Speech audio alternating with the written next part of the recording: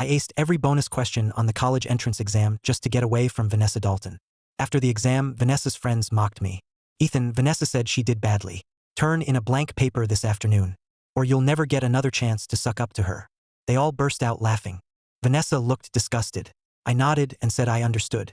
But I was done being her lapdog. Someone else could do it. I called the housekeeper and cut off all support for her family. Then I had them all thrown out. Vanessa called me 99 times in a rage. I ignored every call. Now she was worried? Too late. In my last life, I was the richest man's son. Yet I worshipped my driver's daughter. To marry her, I signed my father's company over to her. She spent my money while dating someone else. She spoiled her boyfriend rotten. But she treated me like a servant. On her wedding day, I called to borrow money for treatment. She coldly said, "All those years you chased me were a living nightmare. Ethan Hayes, just go die already." As I lay dying, I looked at the woman holding me. Only then did I learn that Chloe Carter, the heiress I'd rejected, had waited for me all along.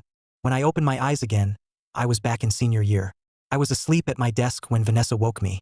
"Adrian's stomach hurts. Go buy him some medicine. Then get him lunch with extra meat. He's too thin." Adrian lay at his desk with everyone fussing over him. They all felt bad about his stomachache. Of course, Vanessa cared the most. They always ranked first and second. Everyone thought they were perfect together. They were the golden couple. I was Vanessa's mindless lapdog. I slept through class, then spent every break running errands for her. Now that I knew I'd been reborn, seeing Vanessa act like this was almost funny. What gave her the right to treat me like dirt? Seeing me freeze, Vanessa snapped, "What are you waiting for? Hurry up." Then she went over and gently rubbed Adrian's back. Adrian glanced at me. "We shouldn't make Ethan go. I'll go myself." "Why? He loves doing this stuff. He'd be upset if I didn't let him, right?" She looked at me. I forced a smile and silently went to the cafeteria. I got in line for 2 meals. A classmate beside me snickered. "Getting Vanessa lunch again? She likes Adrian, you know?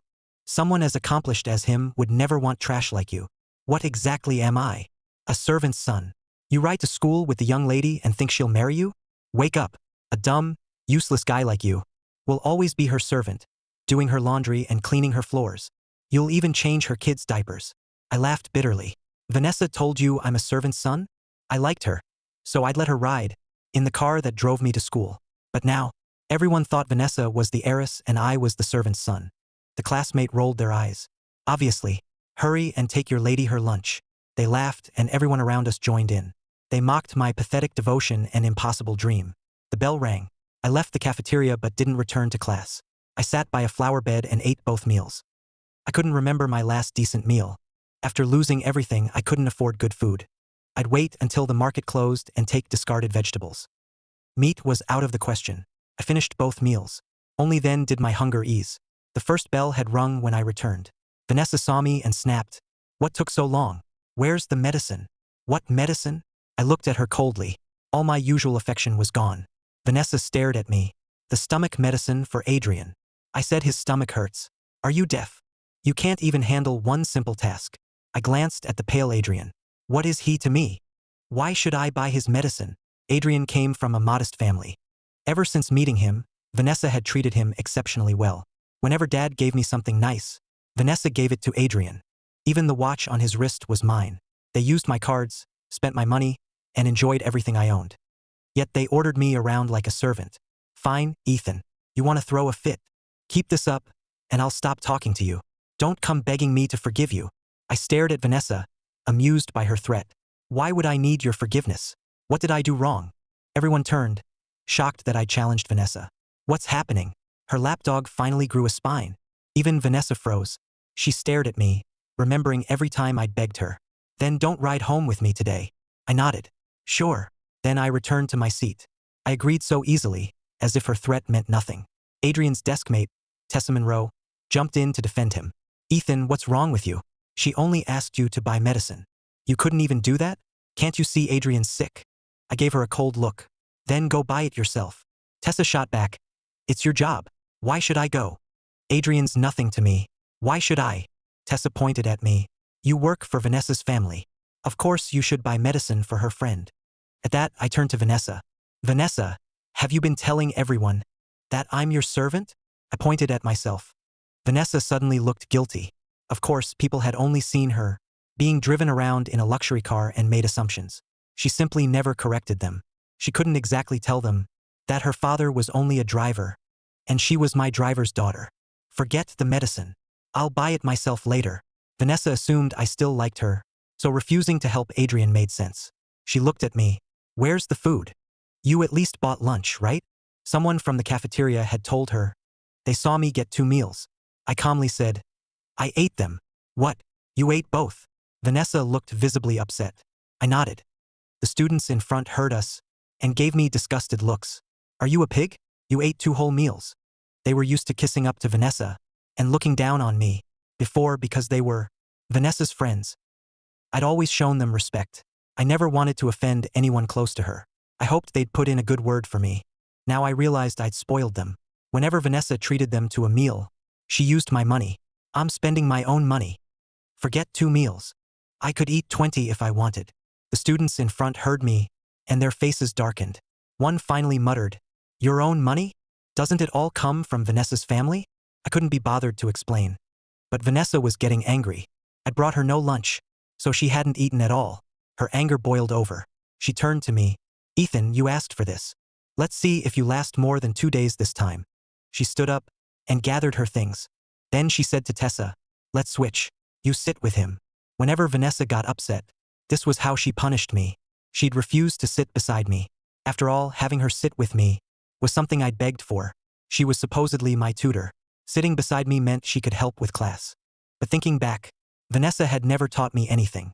She only ordered me around. She still thought this would scare me. I ignored her. Vanessa had missed lunch, and Adrian was still sick. She sat nearby, scowling. She glanced at me by the window.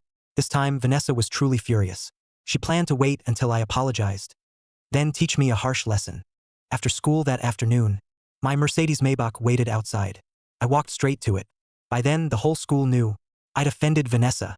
Everyone was waiting to laugh at me. When they saw me shamelessly get in, they started pointing and gossiping. He wouldn't even buy Vanessa lunch. How can he still mooch off her family's car? He's only a servant's son. Does he think he's the boss now? Vanessa isn't even here yet, and he still got in. Vanessa's way too nice. If I had to deal with an arrogant servant's son like him, I'd fire him on the spot. I heard all their taunts, but couldn't be bothered to respond. Once inside, I told the driver, Go. The driver looked at me. But Ms. Dalton isn't here yet. Let's wait. Sometimes Vanessa was late because of student council business. I always waited for her. He expected another long wait today. Instead, I immediately ordered him to leave. He ignored my order and even defended Vanessa. It was almost laughable. Mr. Dalton, I'm Dad's only child. What young lady does our family have? Did you fight with Vanessa? Don't worry, sir. I'll discipline her later. Don't bother. Just drive. I don't want to ride with her, and I don't want to see her again. Dennis still hesitated. He refused to obey. He knew how intimidated I was by his daughter. Whenever Vanessa said anything, I never dared argue. He knew ignoring me had no consequences. At worst, Vanessa would scold me. He assumed I'd inherit the family fortune, and it would all belong to his daughter. He no longer saw himself as a driver. He was already acting like my future father-in-law. Are you driving or not? I frowned. Dad had wanted to fire him long ago. He'd heard Dennis was gambling. Dad didn't feel safe keeping a man like that around. But back then, I'd lost my mind. I kept defending him. I thought if he stayed, Vanessa could remain at the Hayes estate. So I constantly vouched for him. I even claimed he treated me well. That was the only reason he still had this job. Yet now, he wouldn't even listen to the person who employed him. They're here. Dennis spotted Vanessa at the gate and quickly got out. Vanessa was supporting Adrian. As they walked toward the car, Dennis opened the door for her. Vanessa started helping Adrian inside. Because I liked Vanessa and wanted her to ride home with me, Adrian always came along. The driver would drop Adrian off first, before taking us home. That wasn't all. Every morning we had to leave early to pick Adrian up first. Before Adrian could get in, I spoke. Didn't you say you wouldn't ride home with me? So why are you getting into my car? The watching students saw this and immediately started berating me. What's wrong with Ethan? That's obviously Vanessa's car.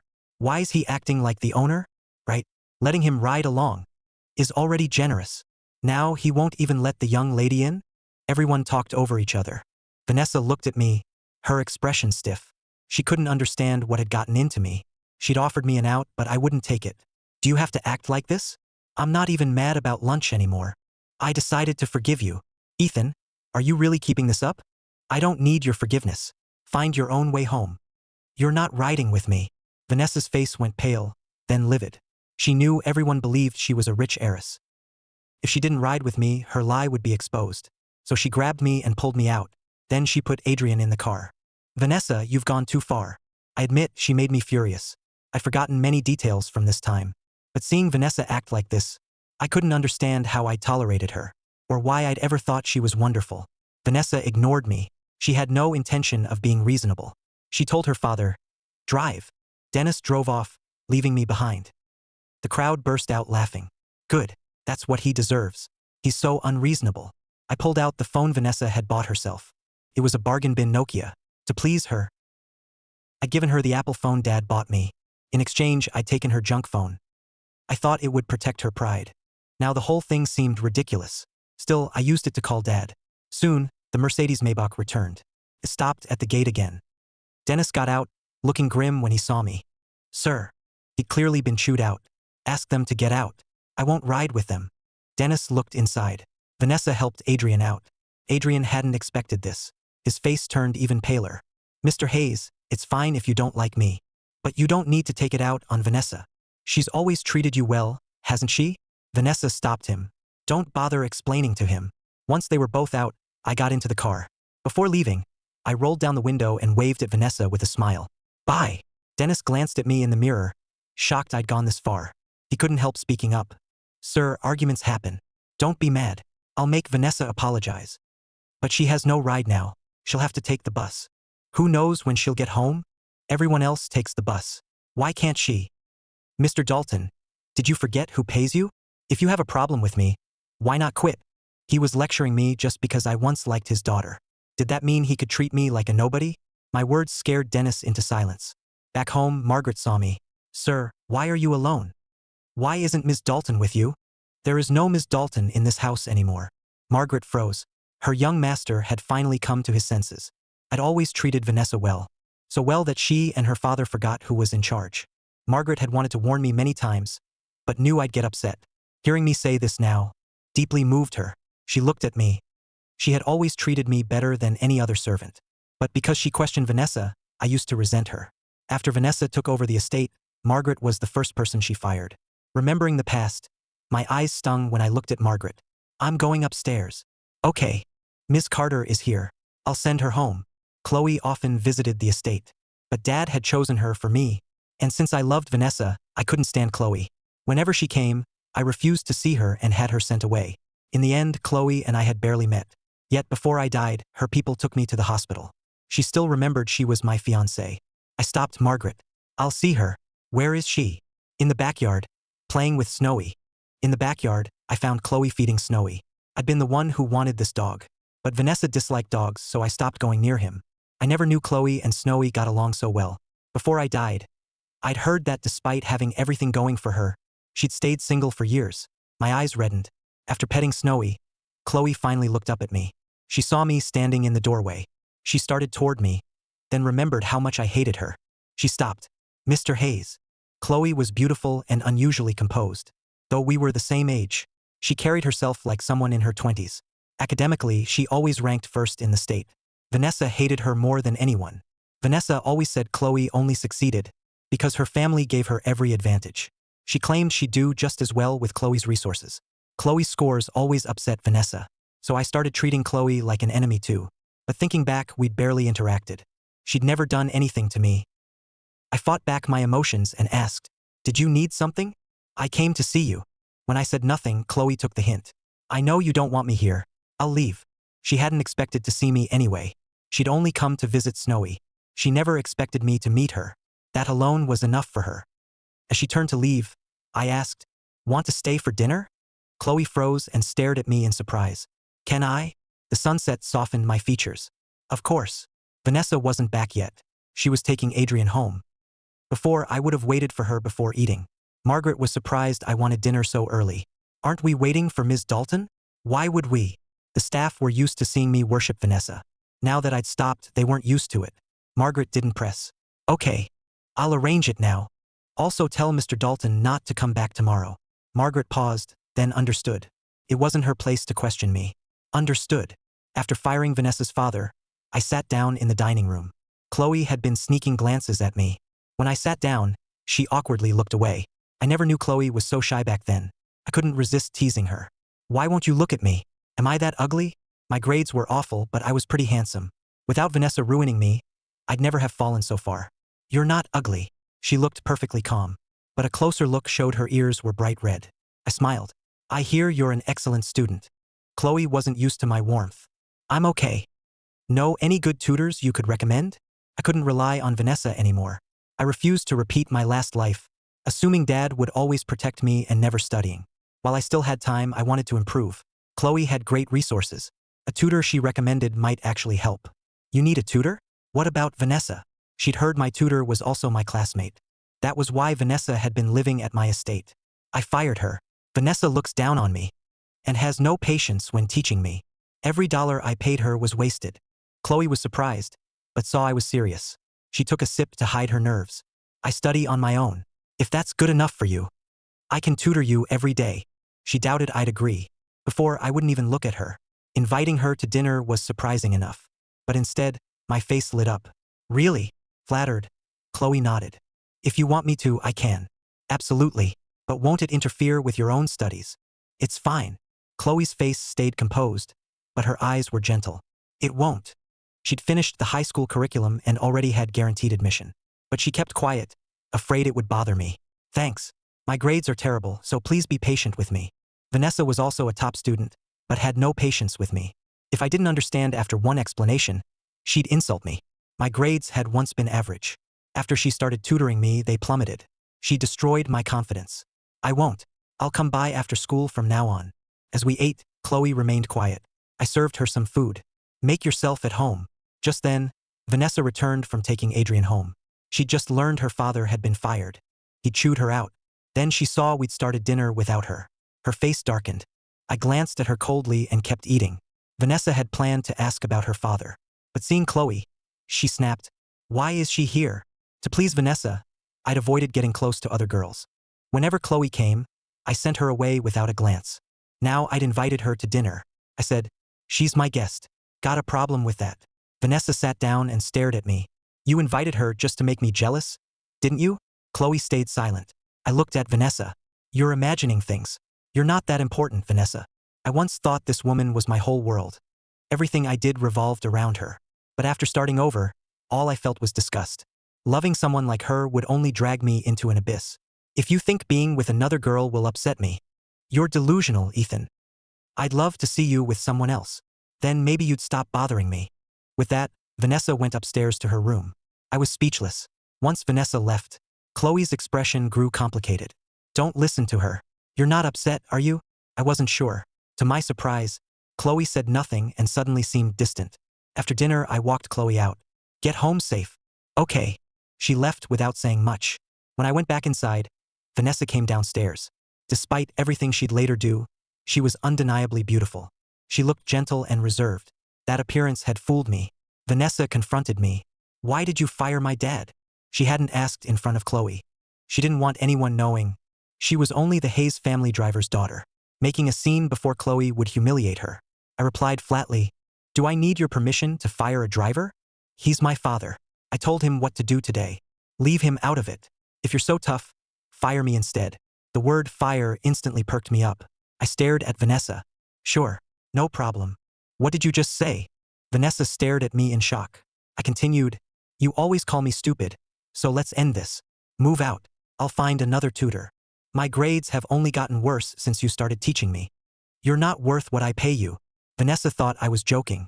She never expected me to truly fire her as my tutor. Your grades are bad because you're too stupid to keep up. Adrian understands after one explanation. But you're as dumb as a rock. Try paying attention. How is that my fault? Another teacher won't make a difference. No one can teach you. You're the problem. She was still blaming me. Just move out. Ethan. Vanessa frowned. You're still a student. You should focus on school. No wonder your grades are awful. What are you even talking about? Vanessa scoffed. This is all because you're jealous of Adrian and me. You're upset. But right now I only want to study and get into a great college. Unlike you, I can't live off family money. So I can't date you right now. I stared at her, stunned. A few seconds later, I snapped out of it. Who asked you to date me? Vanessa, where does this confidence come from? You really think I still want you? Without my attention, you're nobody. Vanessa assumed I was bluffing. Think whatever you want, but I'm warning you.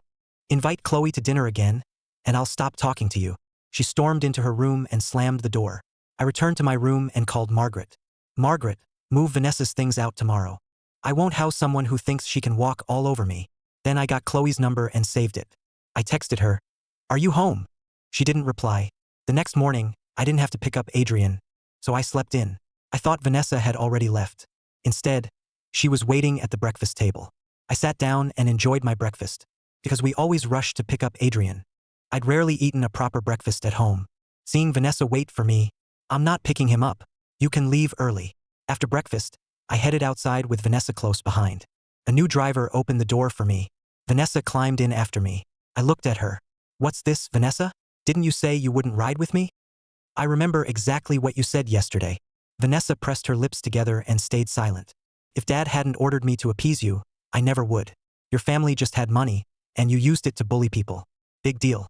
But her father still needed his job. I didn't waste time arguing and told the driver to go. At school, I got out with Vanessa behind me. Before, Adrian always arrived with us. Today, he came by bus. He hurried over when he saw Vanessa. Adrian looked at me. He still couldn't understand yesterday's scene.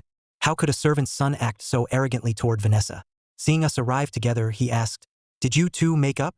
I ignored them and walked inside. Vanessa watched me leave without waiting for her. She frowned and told Adrian, "There's no point arguing with him. Still, letting a servant's son push you around like that? You're too nice." Now everyone's saying Ethan is the real young master. Ignore them. My father is close to Ethan. He asked me to look after Ethan, so I can't abandon him. Fine. Hearing she only did it for her father, Adrian felt relieved. When I reached class, Tessa was already there. She blocked me from reaching my seat. "Move." Tessa glanced at me and said, "You're shameless. You left Vanessa and Adrian stranded yesterday, then had the driver take you away." I looked at Tessa and chuckled. "It's my car. I decide who rides in it. It's none of your business. Who are you again?" My confidence made everyone curious. "You're saying that Mercedes Maybach belongs to your family? Who else?" I glanced at the speaker. Tessa laughed. "You, Ethan, we know exactly who you are. Now you're pretending to be some rich heir? Who'd believe you? I heard that driver is your dad. Your whole family works for the Daltons. Vanessa's just too kind to call you out. Otherwise, she'd have thrown you out long ago. Don't keep pushing your luck." Tessa was close to Adrian, who was always with Vanessa, so everyone believed her. Vanessa and Adrian appeared at the classroom door. Vanessa looked uncomfortable because Tessa's insults were actually humiliating her, not me. She walked over and told Tessa, "Go back to your seat." Tessa glanced helplessly at Vanessa. She could tell Vanessa was upset, so she moved her things. Vanessa sat beside me again. I paid no attention to it. I no longer cared what she did.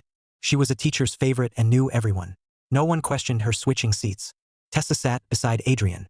Still annoyed, she asked him, "Adrian, what's Vanessa doing?" Ethan walks all over her, yet she still defends him. Ethan just moved in with her. Her father asked her to look after Ethan. That's all. Don't read into it. So that's why. I knew something was off. He even claims that car belongs to his family. Vanessa's phone is obviously expensive, and the gifts she gives you aren't cheap. But Ethan's phone is as cheap as mine. He's pretending to be a rich heir? Who'd buy that? I sat at my desk. I snuck a look at my phone. Chloe finally replied with one word. Yeah. She seemed incredibly cold. She'd been so friendly yesterday, but after going home, she'd turned distant. I texted last night, yet she only replied now. Vanessa sat beside me and saw me checking my messages. Seeing Chloe's name on the screen, she frowned. Nothing about me looked different, but since yesterday, she felt like I'd become someone else. I texted Chloe, "Are you still coming to tutor me this afternoon?" Chloe again replied with one word. Yeah. As long as she came, I didn't care. I focused completely in class. At lunch, Adrian came to eat with Vanessa. Vanessa glanced at me and asked, "Aren't you eating?" My focus amazed Vanessa. I hadn't even slept in class. I was still carefully organizing my notes. She used to mock me for thinking only about her. Yet here I was actually studying. Seeing me work through lunch, Vanessa asked out of curiosity, I acted like I hadn't heard her and ignored her. Adrian looked at Vanessa and said, "If Ethan isn't coming, let's go. We can bring him something." "No thanks." I declined. Adrian was a good guy, at least in everyone's eyes. So even when others mocked me behind my back, Adrian always stayed friendly and upbeat. But I didn't want to owe anyone. I packed up my things and stood. I went downstairs alone. Adrian walked beside Vanessa and asked, "What's with him? Why's he ignoring you? What did you do?" Vanessa was confused too. She wanted an answer. No matter how cold she was, I always followed her like a puppy. But since yesterday, despite her doing nothing, I'd stayed distant. It made no sense. "By the way, will you invite him to your birthday party this weekend?" Vanessa's birthday was this week. Last year, I booked the Grand Regency Hotel for her birthday. I arranged everything and let Vanessa invite our classmates. I spent a fortune that night and everyone raved about it.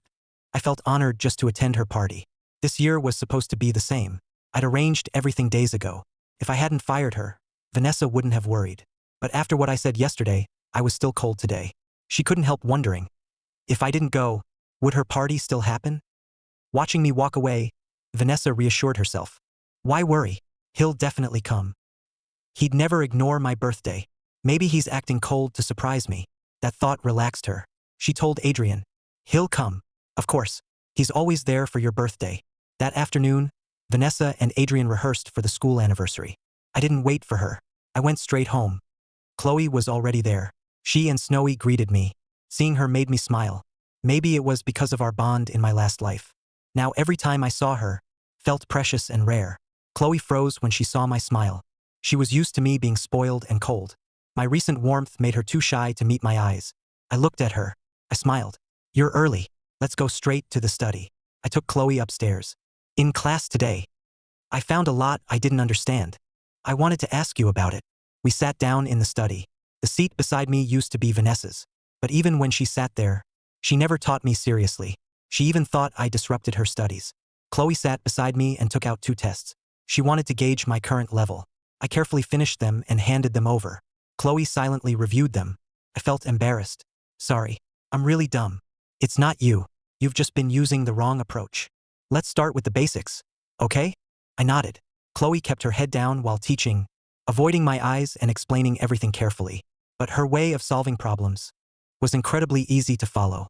Many things I couldn't understand before suddenly made sense when she explained them. After teaching for a while, Chloe grew thirsty. She looked up and found me watching her. She swallowed awkwardly and looked back at the problem. "Is something wrong?" "No, you're just really patient with me." "So why are you so cold over text? You only sent me 2 one-word replies. Are you upset about Vanessa and me?" "No. My family came by yesterday, so I was busy. I couldn't reply right away. By the time I saw it, it was morning. If you ever need help, call me anytime." While we studied, my phone suddenly rang. I quickly answered. Vanessa's voice came through. "Ethan, what's this supposed to mean? What did I do now?" Her accusatory tone left me wondering what had upset her. "You had them throw out all my things." I glanced at Chloe and didn't hide anything. I told Vanessa directly, "I told you yesterday that you're fired. So you have no reason to stay at my house, right? I'm studying. Stop bothering me." Then I hung up. Vanessa stood outside, staring at her dumped luggage. She couldn't believe I'd actually thrown her out. After hanging up, I told Chloe, "Let's continue." Chloe agreed. Soon after, the study door flew open. Vanessa stood there, her face dark with rage. Her eyes landed on Chloe and me. Contempt flashed in her eyes. I stood up. "Why are you here? Don't you dislike me? Don't you look down on me? Now you're the one who won't leave me alone." Vanessa stepped forward and demanded, "Ethan, humiliating me like this, is that fun for you?" Chloe stood too. She instinctively stepped in front of me. "Humiliate you?" Seeing Vanessa so furious, I shot back. "You've got it backward. How did I humiliate you?" "Vanessa, I'm the one you've humiliated. I paid all your living expenses. You spent every day with Adrian, while I followed you like a servant. I waited on both of you, and still endured your contempt. Isn't that humiliation?" Now I was only taking back everything I'd given her. Yet she called that humiliating. Vanessa pressed her lips together. She stared at me. "Don't think bringing someone here will pressure me into doing anything with you. I'll never like you or date you." She turned to leave. Then she walked into the door. I pushed the window open. I watched her go downstairs and grab her luggage. Then she left without hesitation. At least she left decisively. Vanessa had always acted proud around me. Though poor, she seemed fiercely proud. No matter how well I treated her, she supposedly never gave in to money. That was what I'd once admired about her. Now it seemed laughable. Seeing me at the window, Chloe called, "Ethan. Sorry. Let's continue. Maybe I should go. You seem upset." "No, I'm actually in a great mood. I was only remembering the foolish things I'd done in my last life. I wasn't sad about Vanessa. Seeing her like that actually made me happy. At least I no longer had to fear for my future. If I stayed away from Vanessa, I wouldn't get sick or meet the same fate again." Chloe said, "I should go." She headed for the door. I stepped forward and grabbed her hand. Chloe froze and turned to stare at me. "What is it?" I didn't know what I was doing, but I wasn't blind. She looked upset. Whenever Vanessa appeared and said those things, Chloe instinctively pulled away from me. Vanessa and I used to be very close. I'd never hidden my feelings for her. Everyone, including Chloe, probably believed that I still loved Vanessa. And once I truly had. Without my tragic end in my last life, I might never have woken up. When Chloe looked at me, I released her hand. "Are you free Saturday? I'm having dinner at the Grand Regency Hotel. Want to join me?" The food there was excellent. I'd practically starved in my last life. Now I wanted to enjoy myself. Before, I would have taken Vanessa. Now I'd rather bring Chloe. After all, Dad had chosen her as my fiancé. As long as I didn't ruin things after graduation, I'd probably marry Chloe. I used to think Dad didn't respect me. But looking back, Chloe was every bit as beautiful as Vanessa. She was gorgeous and came from a great family. If she wanted me, I was the lucky one. "You're not going with her?" She meant Vanessa. I asked, "Do you want me to be with her? Do you want me avoiding you like before?" "Of course not." "Then it's settled. See you Saturday." I arrived a little late Saturday afternoon. At the entrance, I spotted many familiar faces. They were all dressed to impress. When Adrian's friend Tessa saw me, she couldn't help laughing. "Ethan, you actually had the nerve to show up?" I frowned in confusion. "Why can't I be here?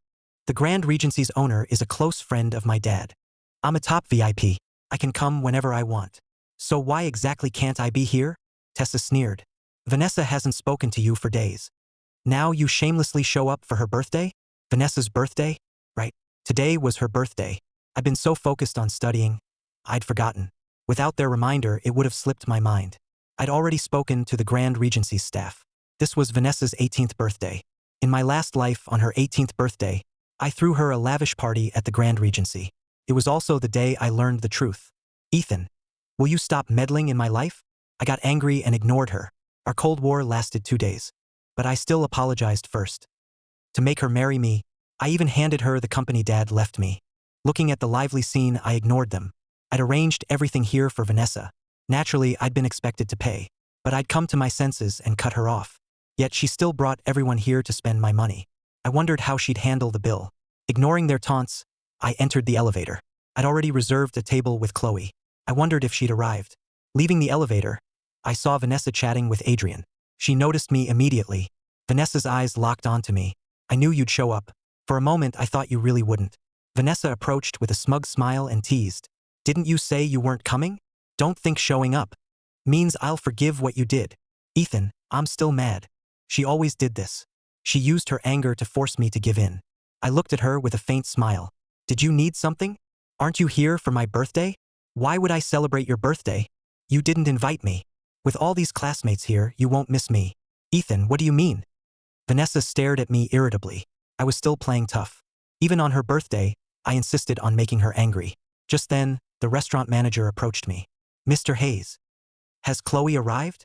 The manager nodded. "She's already here. Please show me the way." "Thanks." "Of course." As the manager led me to Chloe, Vanessa followed. "Ethan, are you done with this act?" I was actually going to Chloe. Did I think Vanessa was a pushover? I glanced at her. "I'm not causing a scene. You are. You hated me bothering you. Now I've stopped. So what's wrong? Your friend is waiting." I glanced at Adrian, who wanted to follow, but seemed to think better of it. Adrian had never seen Vanessa pursue me like this. Of course, I knew why she was doing it. She didn't miss me. She missed my money. She disliked me but happily enjoyed everything I gave her. She'd refuse my gifts verbally, then gladly take them. Now that I'd cut her off, she panicked. She couldn't let her long-awaited party fall apart. "If this is about Adrian, I can keep my distance from him. Will you stop this now?" For once, she actually compromised. She clearly couldn't bear to lose this party. Of course, if she didn't care about appearances, She wouldn't pretend to be a rich heiress at school. Nor would she invite so many people to her party. So she was afraid of humiliation too. I'd always seen Vanessa act aloof and noble. Now she was compromising over a birthday party. I found it amusing. I nodded. I know you're celebrating your birthday. We shouldn't ruin everyone's fun, right? Then I turned to the manager. I reserved the Rosewood Ballroom here. It's under Vanessa Dalton's name. The manager checked and said, "Yes, Mr. Hayes. Since it's Vanessa's birthday, let her use it." I looked at Vanessa. Happy now. Seeing me give in, Vanessa relaxed. So this was all to make me leave Adrian. You can't stand seeing us together. You're imagining things. I don't care who you date. Vanessa, eventually you'll understand. Without me, you're nothing. The manager stood silently nearby. My words humiliated Vanessa. I'm done talking to you. She turned and left. The manager looked at me. I'll have the Rosewood Ballroom prepared. I nodded. Yes. But make her pay the full bill before leaving. No one leaves until it's paid. Understood, Mr. Hayes. Once everything was arranged, I went to Chloe. Vanessa returned to Adrian. Seeing her dark expression, Adrian asked, "How'd it go? What were you talking about?" "Nothing important." Vanessa glanced at the sweet, attentive Adrian. Once tonight's party was over, she'd cut me off for good and never be nice to me again. When I walked in, Chloe was studying the menu. She heard me, looked up and met my smiling eyes. "Been waiting long?" "No, I just got here." Chloe watched me. I was a little thin. I naturally sat beside her. Chloe hadn't expected me to sit so close. She tensed up. There were plenty of other seats. I didn't notice her discomfort and asked, "Have you ordered?" "Not yet. I'm still looking." "Let me see." I leaned in and read the menu in her hands. Chloe couldn't focus on the menu anymore. All her attention was on me. I wanted something intense, as if the flavor could remind me I was alive. Those sick days without enough food, warmth, or sleep had been torture. Even after being reborn, I sometimes dreamed I was back in my old life. The food was so spicy, I fanned my mouth. I took a sip of watermelon juice. Chloe asked, "Do you like spicy food?" "Yeah, I do." "You?" "Me too." She played along and picked up some food. A server waited nearby in our private dining room. Soon, the Grand Regency's owner, Victor Grant, walked in. I greeted him politely. "Uncle Victor." Victor smiled at me. "Ethan, you're here too." That told me he wasn't here for me. Sure enough, Victor approached Chloe and said politely, "Ms. Carter, welcome to the Grand Regency. Please tell me if you need anything." He only knew Chloe's identity because he was close to Dad. Most people knew nothing about her background. They had no idea the Carter heiress from Washington, D.C. was living in Oak Ridge. Chloe acknowledged him, then kept eating. She was so aloof. I thought she was warm. Only now did I realize, Chloe simply didn't like talking to people. Victor stood there for a while and personally poured her water. She said nothing. Her unapproachable aura filled the entire room.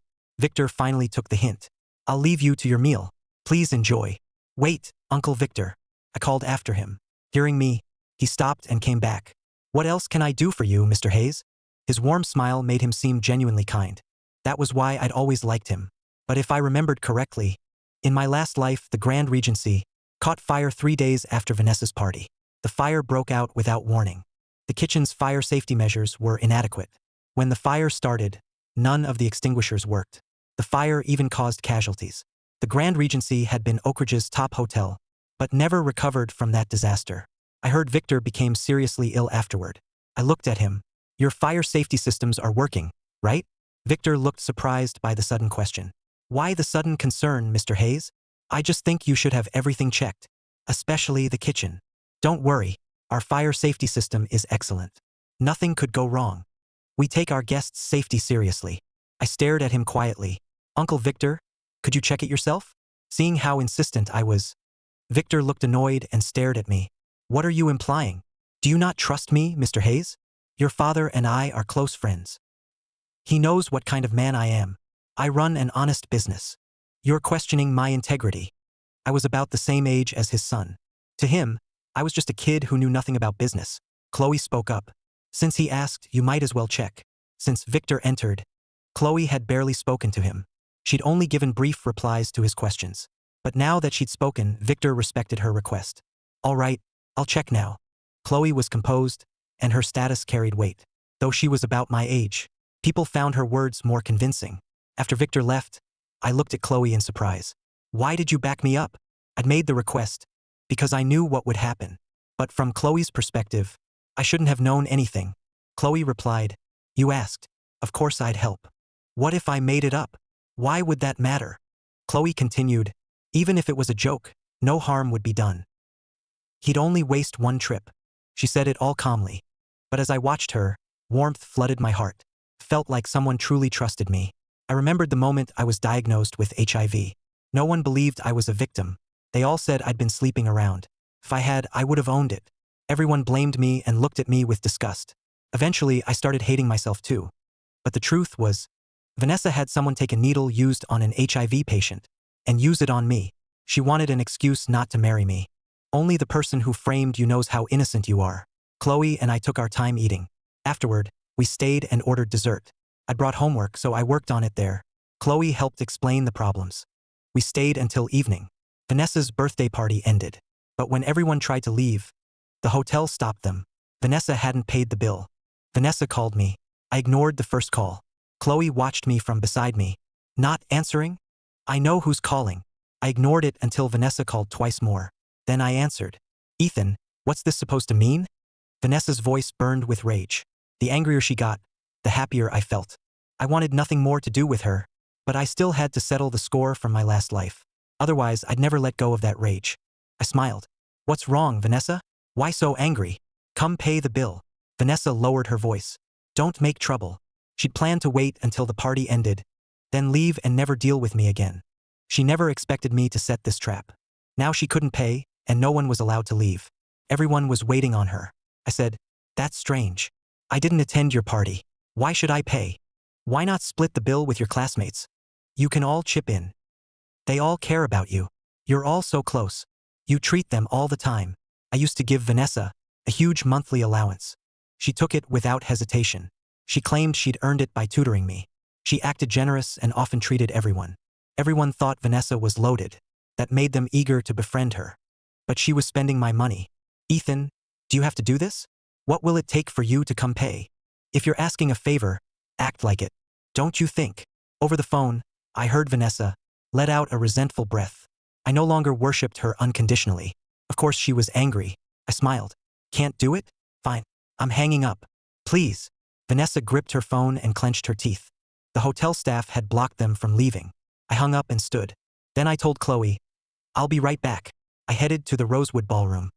Everyone from the party was still inside. They were all stuck there. Everyone was waiting for Vanessa to pay.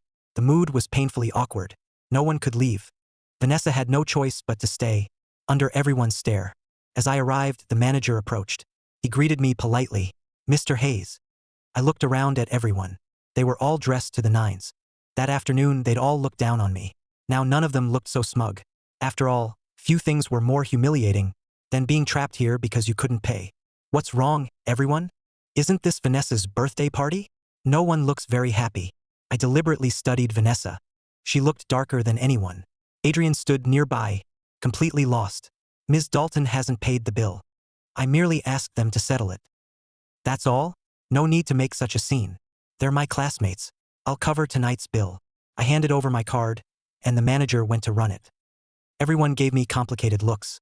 Vanessa had thrown the party, yet she'd called me to pay. What was going on? Couldn't she pay for it herself? Vanessa's face burned with embarrassment. She stared at me. No wonder I'd come so easily. My goal was to humiliate her. I wanted everyone to know she was broke and depended on me. I could have paid quietly, but instead, I made sure everyone saw me swipe the card. I truly lost my mind. Soon, the manager returned my card and handed me the receipt. "It's paid, Mr. Hayes. Here's the receipt." I checked it and deliberately read the total aloud. 860,000. "Happy birthday, Vanessa. I'll cover it this year, but there won't be a next time." I glanced at Adrian, who stood beside me. His face had gone ashen. "Wait. Ethan gives Vanessa all her money? Isn't she a rich heiress?" The truth was a brutal slap in the face. Tessa stepped forward. "Ethan, what kind of joke is this? Vanessa lets you hold her money, and now you call it yours? You're just her servant's kid, looking after it for her. What are you so proud of? Your family lets servants manage its money?" I smiled at Tessa. "Since you insist I'm the son of Vanessa's servant, let me tell you the truth. I'm not. Her father was my family's driver. At the school gate, he abandoned me and drove off with Vanessa and Adrian. He's fired now. If you don't believe me, ask Vanessa." I looked at her. Well, Vanessa? She glared at me bitterly. Despite growing up poor, she'd never been humiliated like this. Now everyone was laughing at her. But she couldn't say a word. I could easily reverse the payment and leave her trapped. She ignored me and walked out. Adrian had witnessed everything, then followed her. The scene was unbearable, but he had to follow. Earlier, he'd gotten carried away and told everyone he was dating Vanessa. He thought Vanessa was a rich heiress, so making their relationship public would earn everyone's envy. He never expected her to be a driver's daughter. Why had she pretended to be an heiress? After they left, I glanced around the room. You're free to go. Get home safely. It was late, so everyone filed out of the Rosewood ballroom. Only after they left did I step outside. The manager escorted me to the elevator. Chloe arrived just then, and we entered together. This time I stayed silent. I'd finally revealed my true identity, but I didn't feel happy. Compared to everything I'd suffered, this small punishment couldn't ease my hatred for Vanessa. Chloe didn't disturb my silence. We reached the lobby. Victor was there. The moment he saw me, he rushed over. Ethan. This time he came for me, not Chloe. Uncle Victor? Victor grabbed my hand. Ethan, thank you so much. Without you, the hotel would have faced a disaster. I checked it myself and found serious problems. My cousin failed at his job. I've already fired him. I'm glad I could help. Victor asked curiously, how did you know our fire safety system had problems? The question caught me off guard, so I made up an excuse. I dreamed about it last night. Victor couldn't help laughing. Fine, I won't ask. I also prepared gifts for both of you. He had his assistant bring them over. There were 2 small gift bags. Thank you. If you ever need anything, come to me. Victor knew how much he owed me and walked us out. The Carter family's car was waiting. I looked out the window. Few pedestrians remained this late. But traffic was still heavy. I was usually talkative around Chloe. But now I was unusually quiet, and she left me alone. She kept wondering how I'd predicted the Grand Regency's fire safety problem. I shouldn't have known more about the hotel than Victor. She'd also heard what happened in the Rosewood ballroom. It was Vanessa's birthday, yet I hadn't stayed with her. Instead, I'd spent the whole day with Chloe. Then I'd publicly humiliated Vanessa. I clearly wanted to cut Vanessa off for good. So why did I look so sad? In truth, my sadness soon passed. I'd been reborn, so I still had a chance to change everything. As long as I avoided my old mistakes, it wasn't too late. Soon I grew sleepy. Studying hard every day had worn me out. I felt like I could never get enough sleep. I was already drowsy and soon leaned over, falling asleep against Chloe. Chloe instantly froze. By the time we reached the Hayes estate, her arm was aching. She didn't dare move and risk waking me, so she stayed perfectly still. Ms. Carter, we're here. Chloe glanced outside.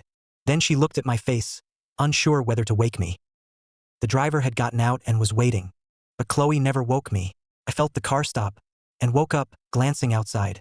When I realized I was home, I finally looked up at Chloe. She sat there silently, too shy to even look at me. I gently rubbed my stiff neck. I sat up straight.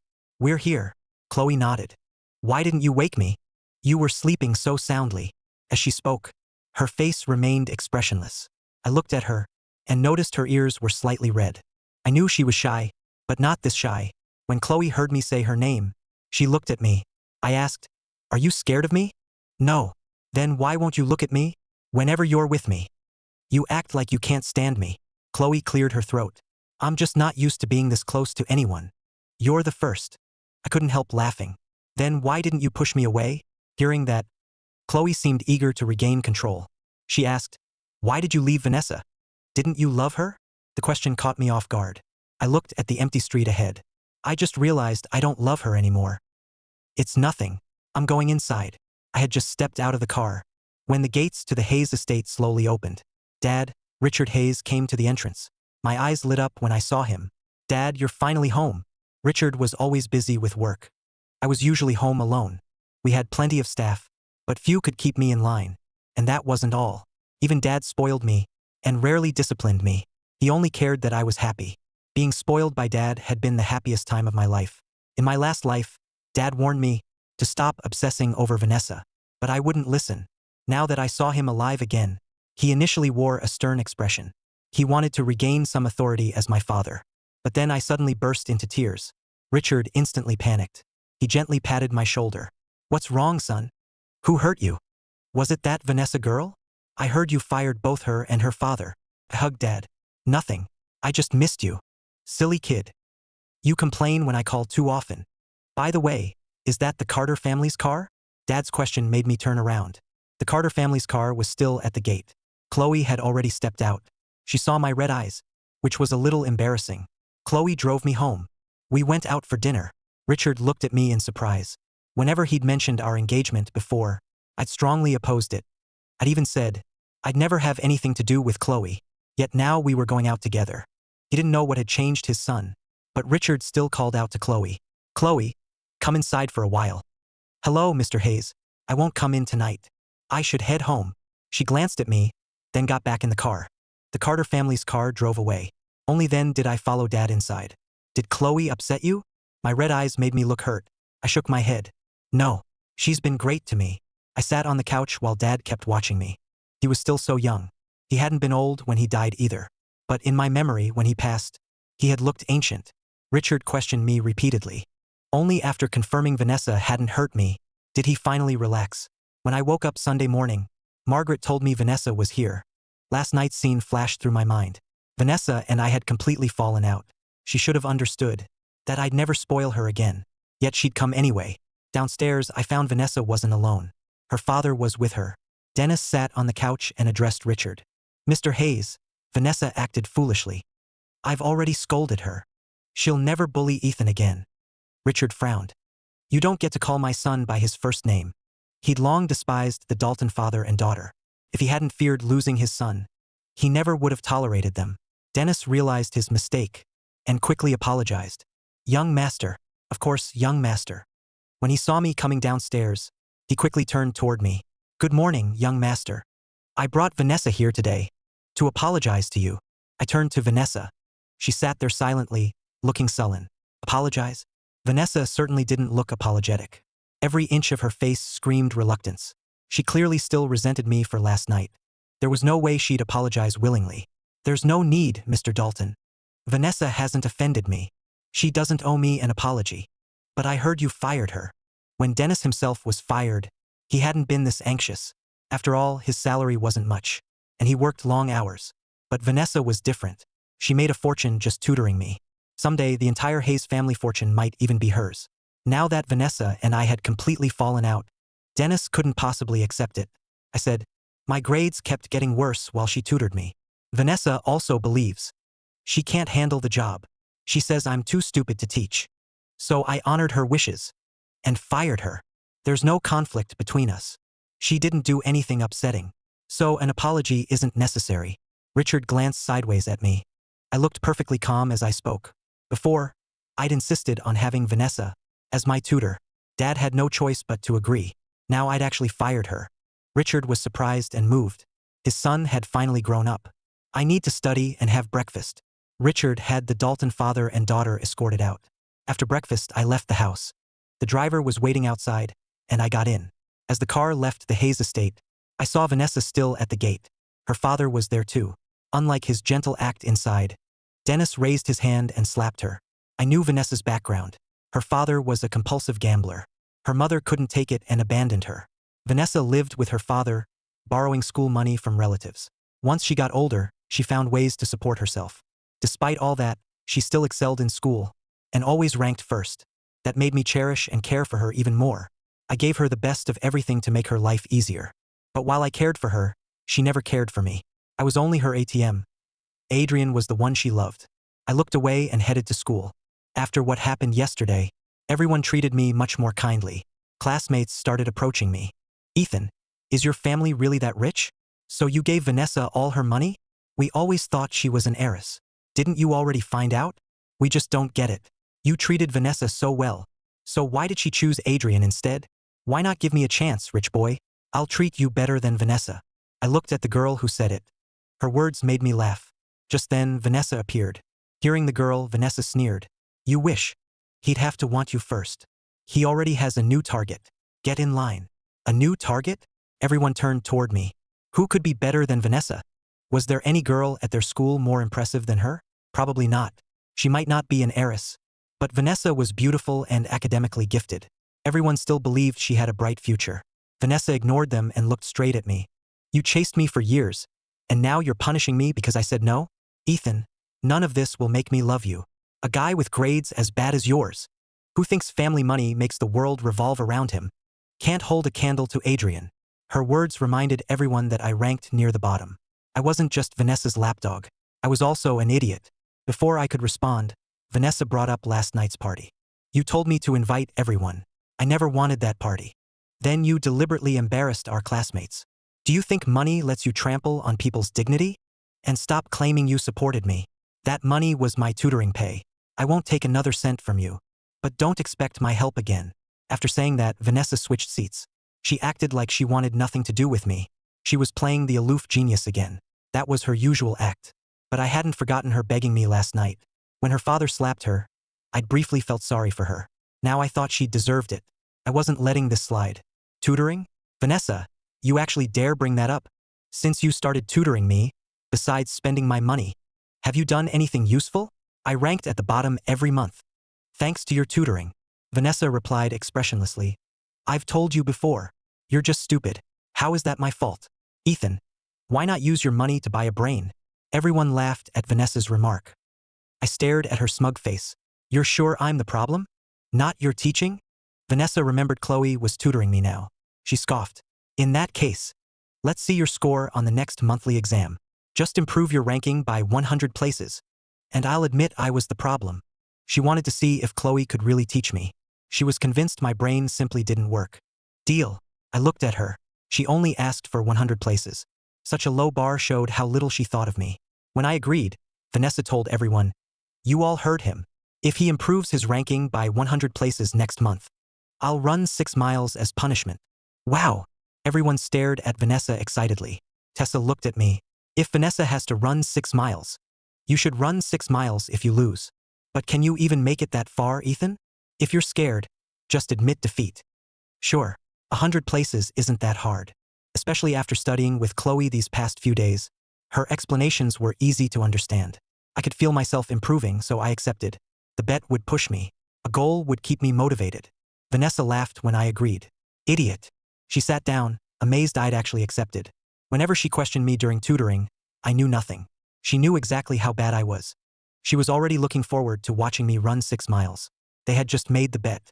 Adrian stood at the door and heard everything Vanessa said. He'd been upset all night, but now he'd made peace with it. Vanessa was beautiful and brilliant. Her poor background didn't matter. She worked hard and was 100 times better than a loser like me. She could succeed on her own someday. Dating her was still a good deal. With that thought, he approached. Vanessa, your father may only be a driver, but he earns an honest living. And you've always had the best grades. Getting this far despite your background couldn't have been easy. I'll always stand by you. After Adrian said that, everyone who doubted Vanessa was instantly moved. Adrian still refused to abandon Vanessa. What incredible devotion. And Vanessa had always been a top student.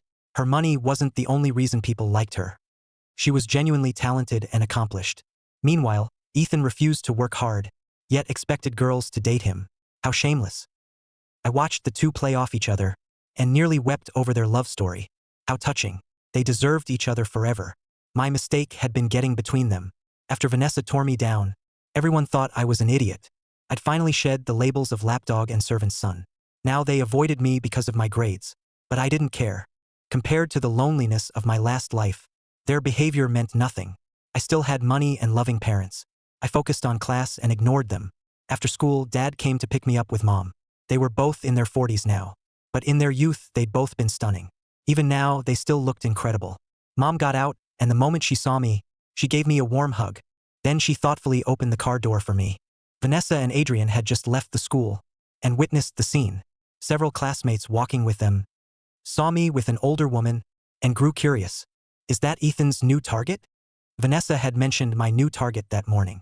That woman must be around 40. What's her relationship with Ethan? They started speculating. I knew Ethan couldn't really be a rich heir. I almost thought he was somebody important. No wonder Vanessa won't date him. I wouldn't want a guy like that either. Selling himself this young? Disgusting. Vanessa heard them slander me but didn't bother correcting them.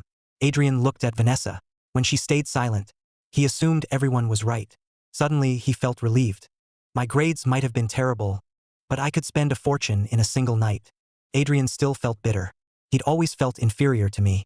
But now he thought an older woman was supporting me, and that was where my money came from. He felt much better. At least he'd never stoop that low.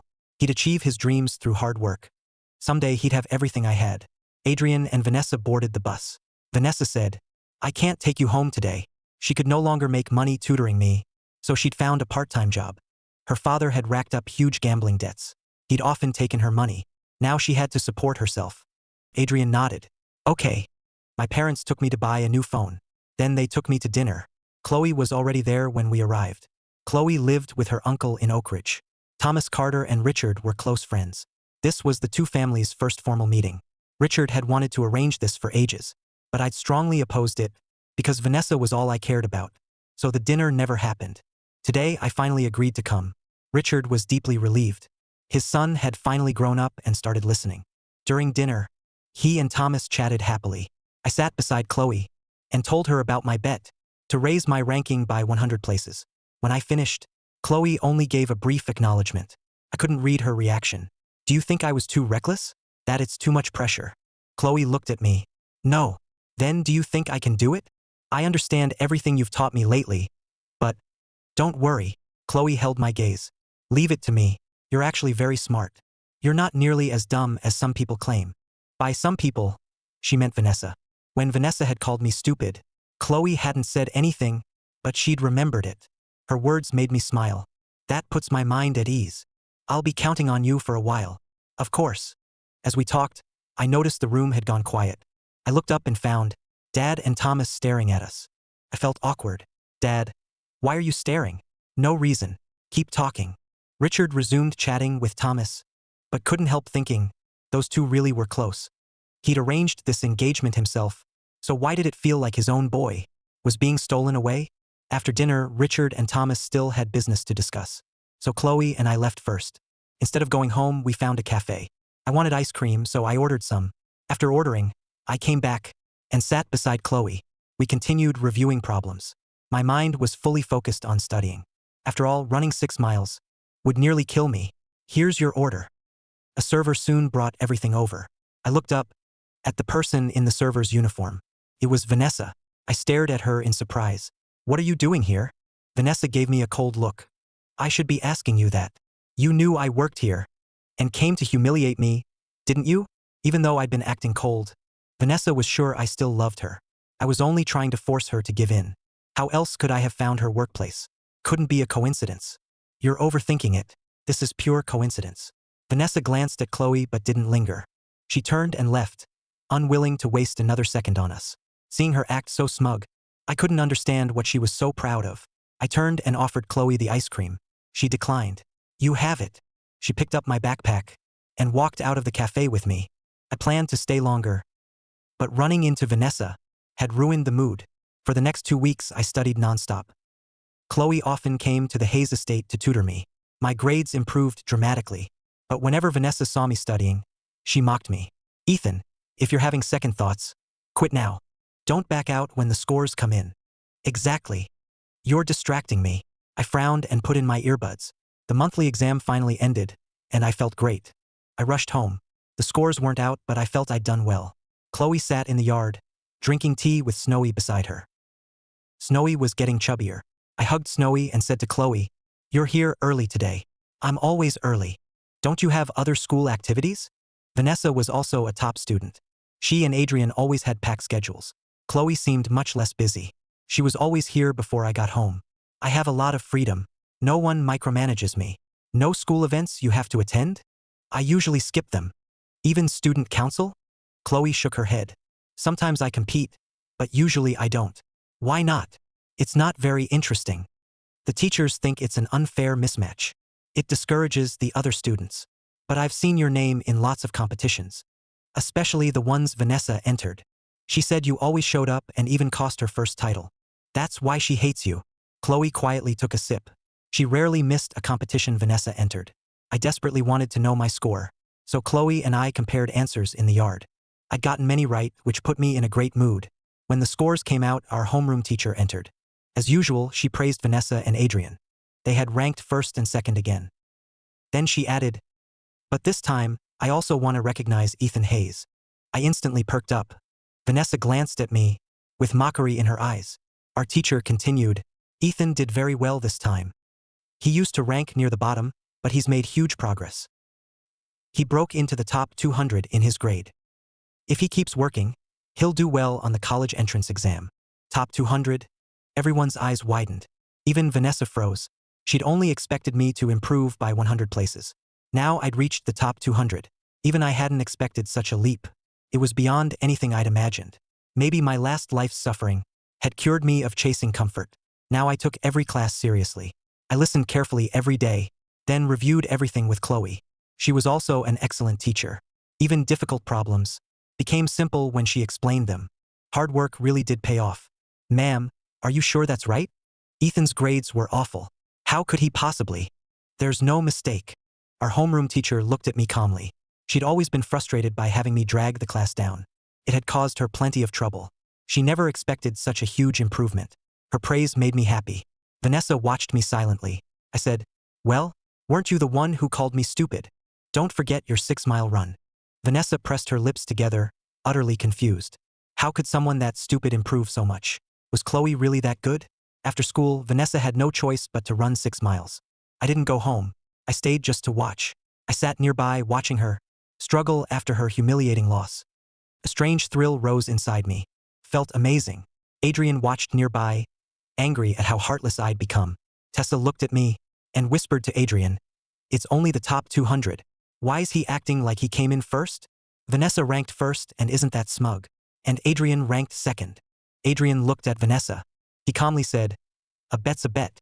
Vanessa can take a loss, right? Even if his grades improved, he still has to go home and don't gossip about him. Adrian, you're too kind." Tessa gently patted Adrian's shoulder. By the time Vanessa finished 6 miles, it was nearly dark. She returned drenched in sweat. She glared at me. Satisfied? I nodded. "Nice work. Bet against me again anytime." I stood and happily left campus. Vanessa watched me leave. I was in an exceptionally good mood, even skipping every few steps. She remembered me always fawning over her. Now I couldn't even be bothered to look at her. She thought about Chloe and me. Was I really going to be with Chloe? Chloe and I came from equally prominent families. If we truly ended up together, the moment that thought surfaced, Vanessa felt deeply unsettled. It felt like someone had stolen what belonged to her. "Vanessa." Seeing her stare after me, Adrian asked, "Are you exhausted? Have some water." He handed her a bottle. Vanessa took it. "Thanks." She was always polite around Adrian. Adrian said, "That was rough. Still, it's strange. Ethan's grades were always terrible. How did he improve so fast? Maybe he cheated. I bet he cheated just to make Vanessa lose. Vanessa tutored him every day before, and his grades stayed awful. How could they suddenly jump? You always have something to say." Adrian glanced at Tessa. "Don't make accusations without proof. If he comes after you, you'll regret it." Tessa replied, "I'll tell the teacher tomorrow." I rode home, eager to share the news with Chloe. After all, Chloe had helped me beat Vanessa. But Margaret said Miss Carter hadn't come today. Disappointed, I went to change. Then I went to the dining room. Dad was away again, so I was home alone. I called Chloe. Chloe was swimming at home when Lena quietly called to her. "Miss Carter, you have a call." Chloe seemed not to hear, so Lena added, "It's Ethan Hayes." Chloe surfaced and gracefully climbed out. Lena hurried over and wrapped her in a towel. Chloe answered. Her stern expression instantly softened. Then she spoke. "Hey, are you busy? Am I interrupting? I was just swimming. I heard you weren't coming, so I called to tell you something." I said with a smile. "My score improved a lot. I made the top 200. Can you believe it? Vanessa had to run 6 miles today."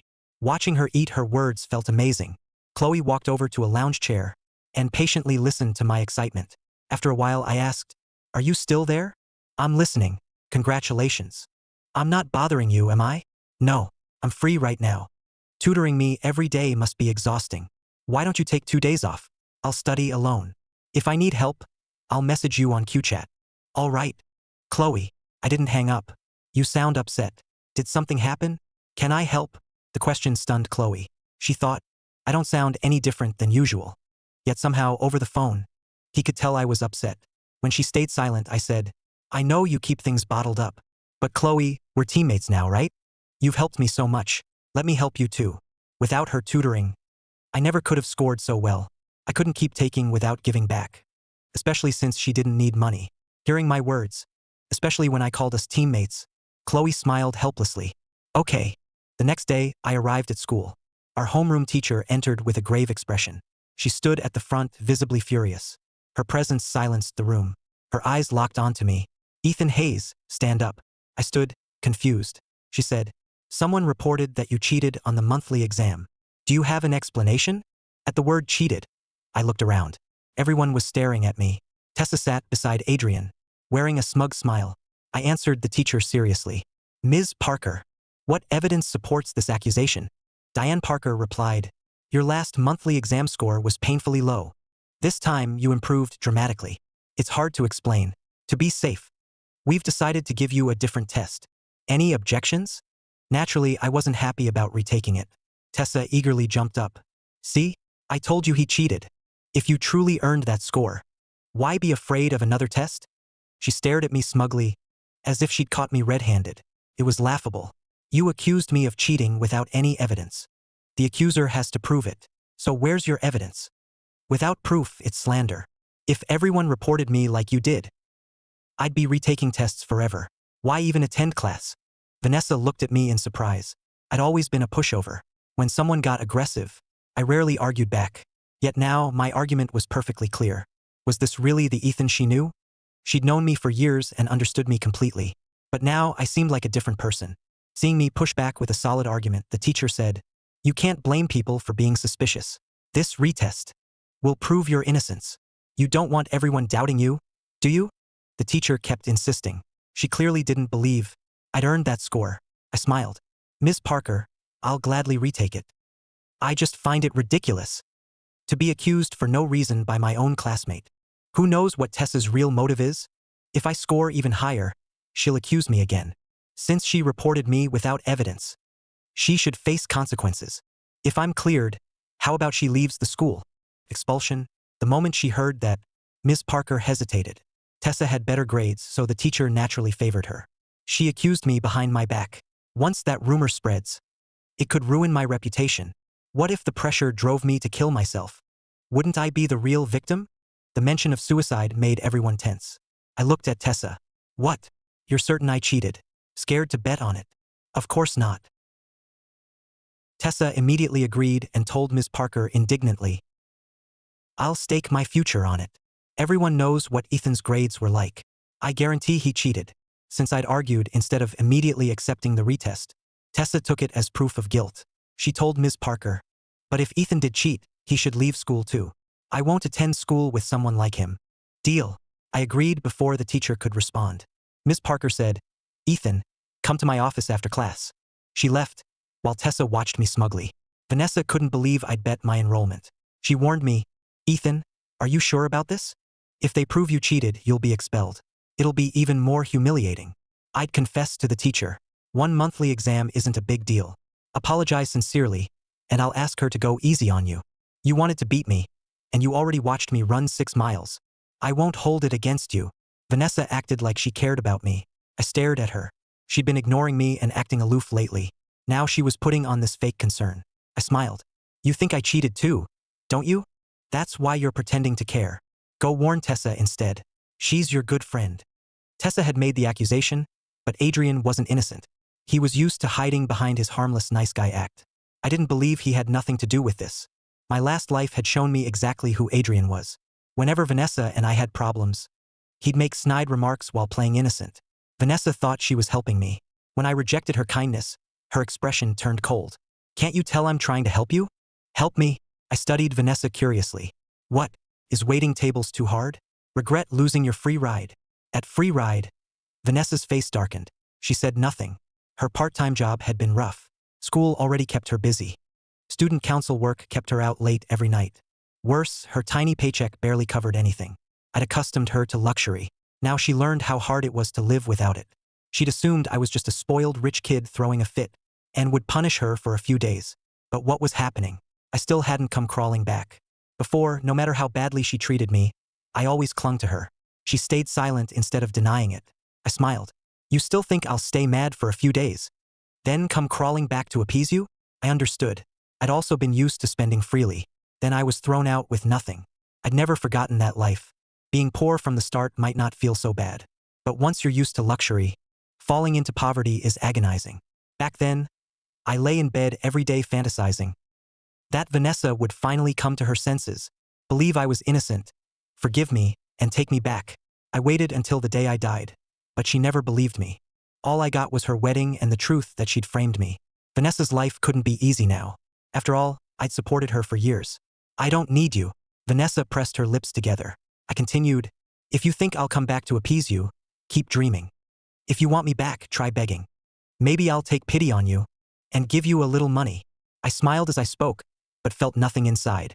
Even if she begged, I wouldn't forgive her. But I wanted to see Vanessa grovel before me. She was far too proud and I hated it. She caused my horrific death. I wouldn't let her off easily this time. I might as well give her some hope. Vanessa said, dream on. She looked away coldly. I wasn't in any hurry. After class, I went to the teacher's office. Besides Miss Parker, Harold Bennett was there. 2 other teachers had prepared a new test for me. When I finished, they graded it together. My score was excellent. Proved I hadn't cheated on the monthly exam. Miss Parker looked surprised. It seems you truly didn't cheat. But why were your grades so bad before? I remembered how obsessed I'd been with Vanessa. I was immature and never studied seriously. I recently changed tutors. The results speak for themselves. Maybe only those who've left school know how precious it is. School is one of the few relatively fair places. Here, hard work brings visible results. Only after leaving do you learn how cruel the world is. I returned to class. Miss Parker and Mr. Bennett announced the result. When they confirmed I hadn't cheated, Tessa panicked. Impossible. How could he not have cheated? Miss Parker frowned. Our classroom culture has become toxic. Classmates should support each other. Making baseless accusations against someone who improved can crush them. Let this be a lesson to everyone. I looked at Tessa. You said you'd leave school. You're not backing out, right? So you are backing out. Some people really can't keep their word. Then don't make bets next time, okay? Ethan, seeing his friend cornered, Adrian stepped in. We're classmates. This isn't necessary. Tessa was trying to help you. She feared you'd gone down the wrong path. She meant no harm. Give her another chance. Once Adrian spoke, the others joined in. Yeah, making her leave school is too much. I smiled. I looked at their self-righteous faces. They truly respected Adrian.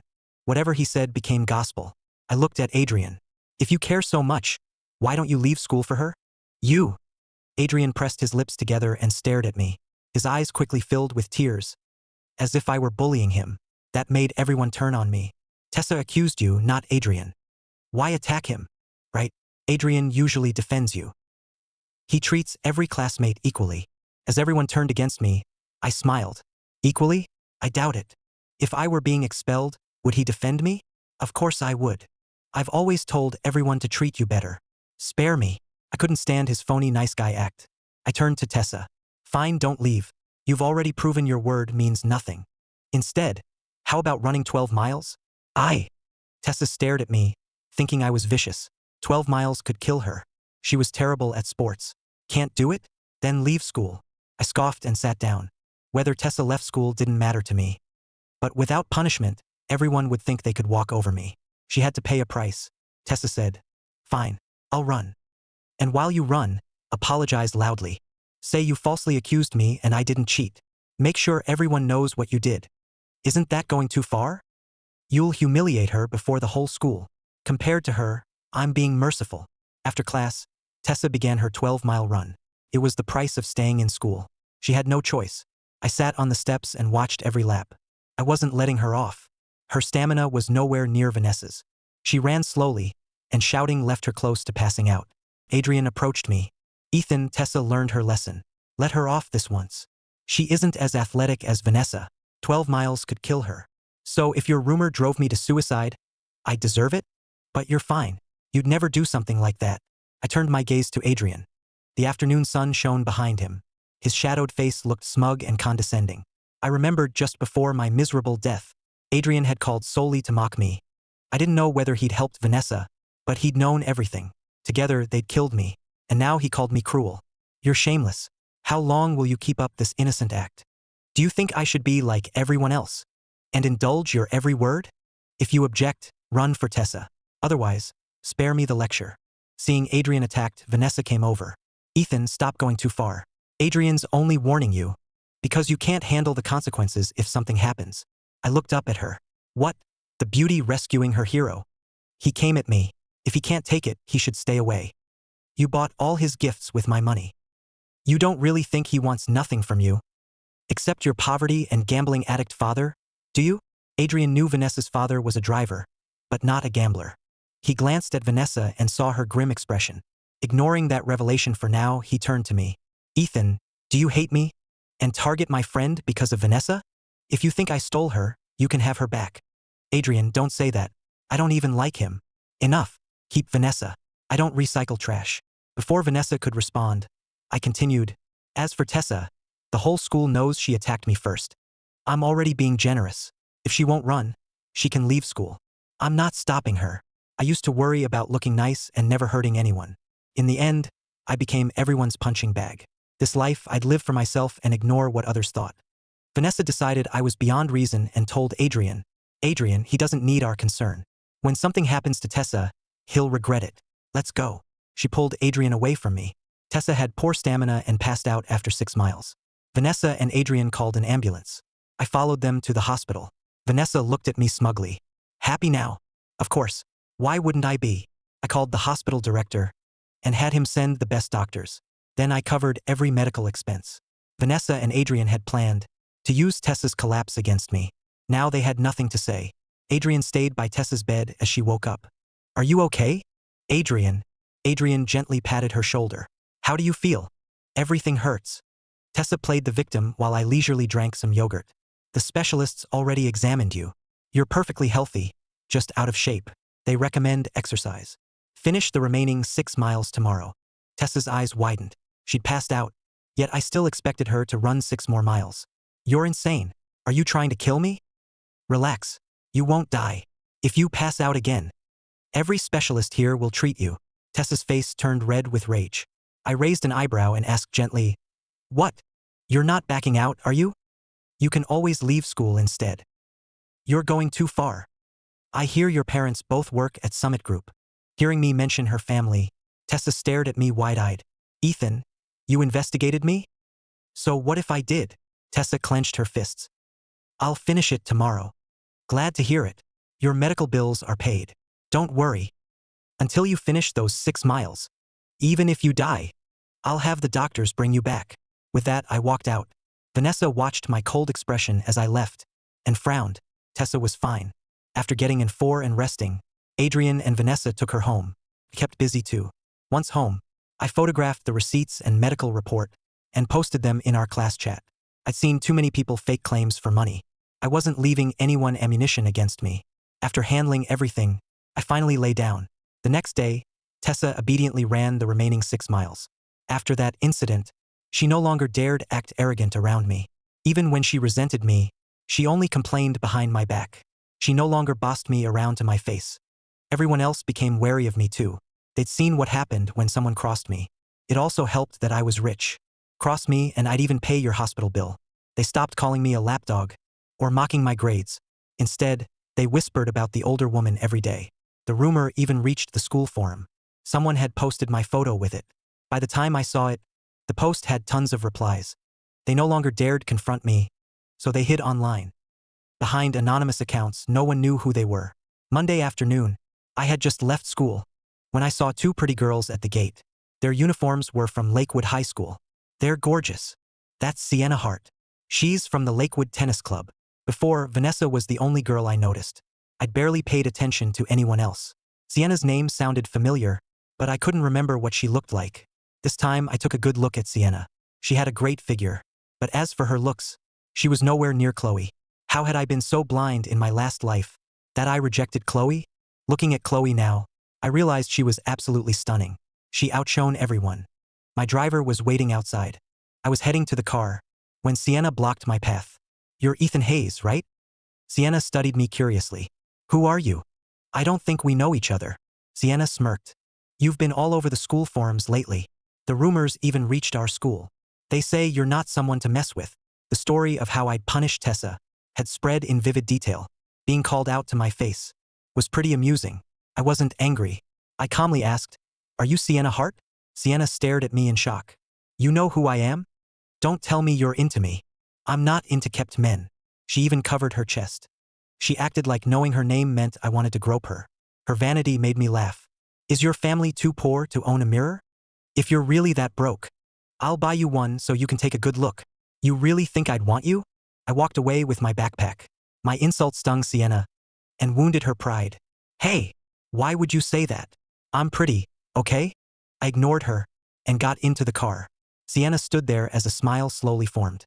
Ethan Hayes, right? You actually called me ugly. I won't forget that. Chloe was there when I got home. After disappearing for days, she'd finally returned. Snowy hadn't seen her in days and was extra affectionate. Done with everything? Chloe stood.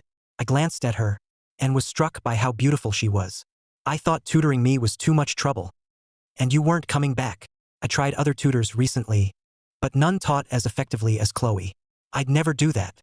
I've just had a lot going on. So, you don't owe me an explanation. I'm just glad you're willing to tutor me. If you have other things to do, go take care of them. Despite how I treated her in my last life, she still cared about me until the end. She even had her people recover my body. Compared to what I'd done to her, being busy for a few days meant nothing. Hearing that, Chloe nodded. Let's study.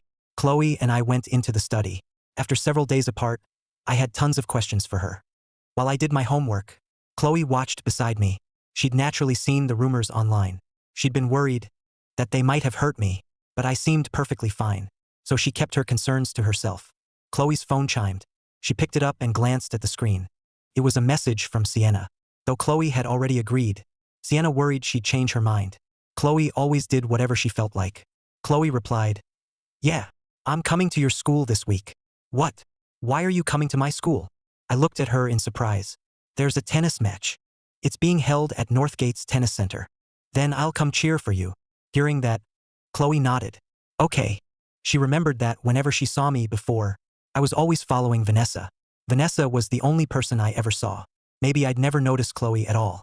But now I'd offered to cheer for her. A faint smile touched Chloe's lips.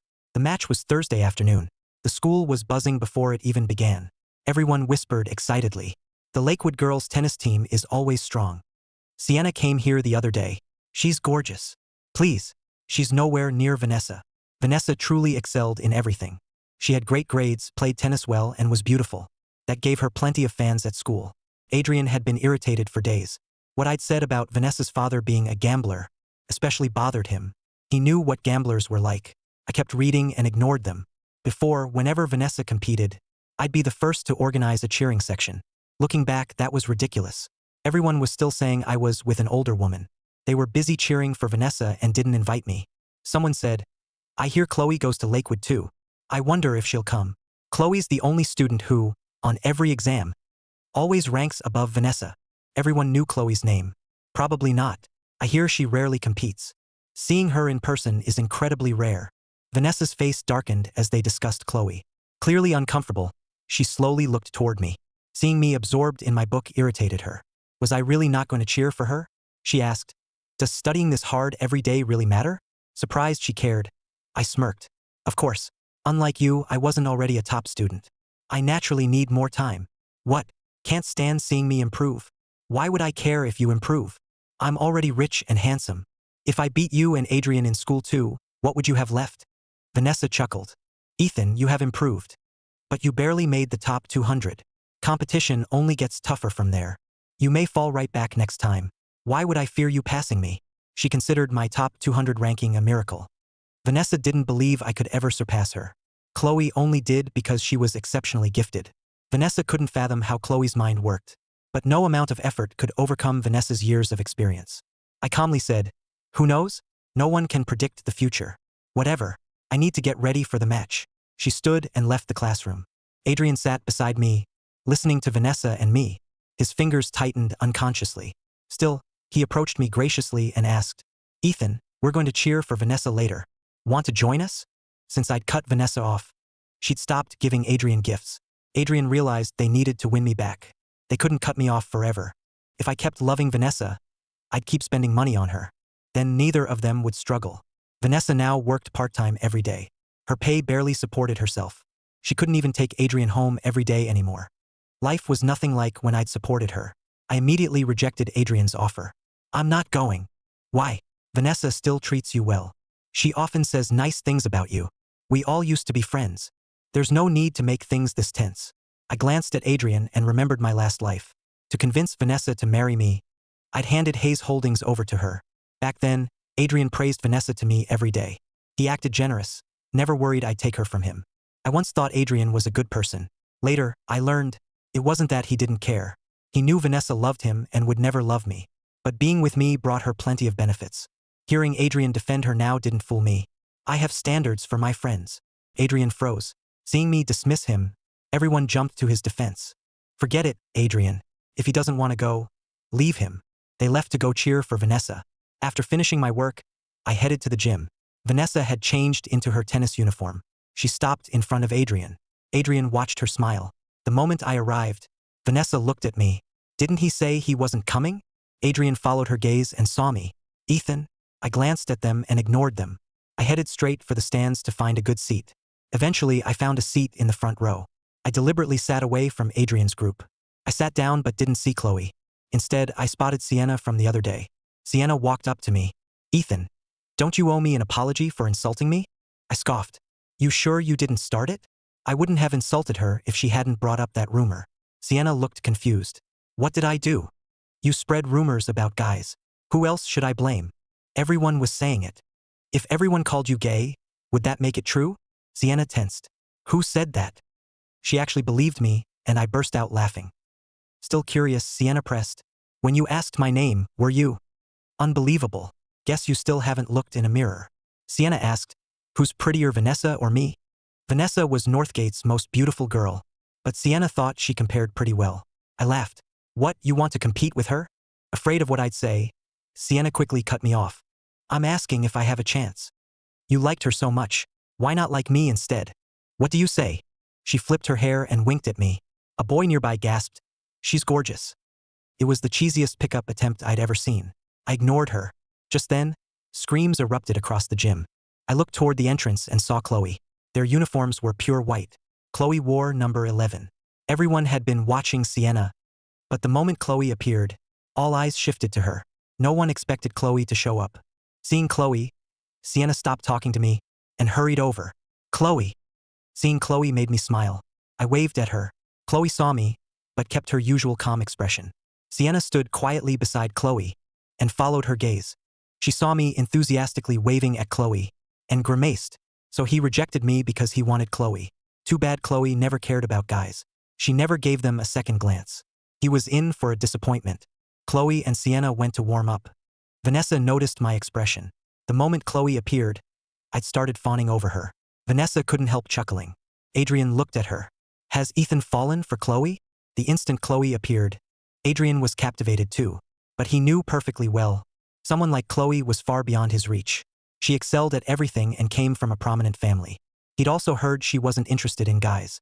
Unlike Vanessa, he wouldn't fall for someone he could never have. Chloe had better grades, a better background, and more money than Ethan. Adrian could understand Ethan wanting Vanessa. But Ethan actually had his sights on Chloe. Adrian couldn't understand it. Vanessa didn't respond. I'm going to warm up. She thought I came to see her. Instead, I was here to cheer for Chloe. Vanessa was incredibly irritated. She'd always thought that once I stopped watching her, she'd be happier than anyone.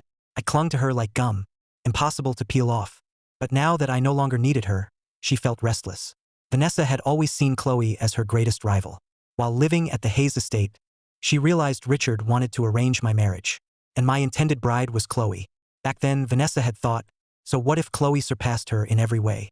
The man Chloe would marry was Vanessa's lapdog, a man Vanessa didn't even want. That thought always delighted her. After losing to Chloe for so long, it finally felt like a win. But now all my attention had shifted to Chloe. Vanessa felt deeply unsettled. Tessa stood beside Adrian. I sat across the stands and bought some water, sharing it with the boys around me. Some of them had talked trash about me. After all, they weren't in my class.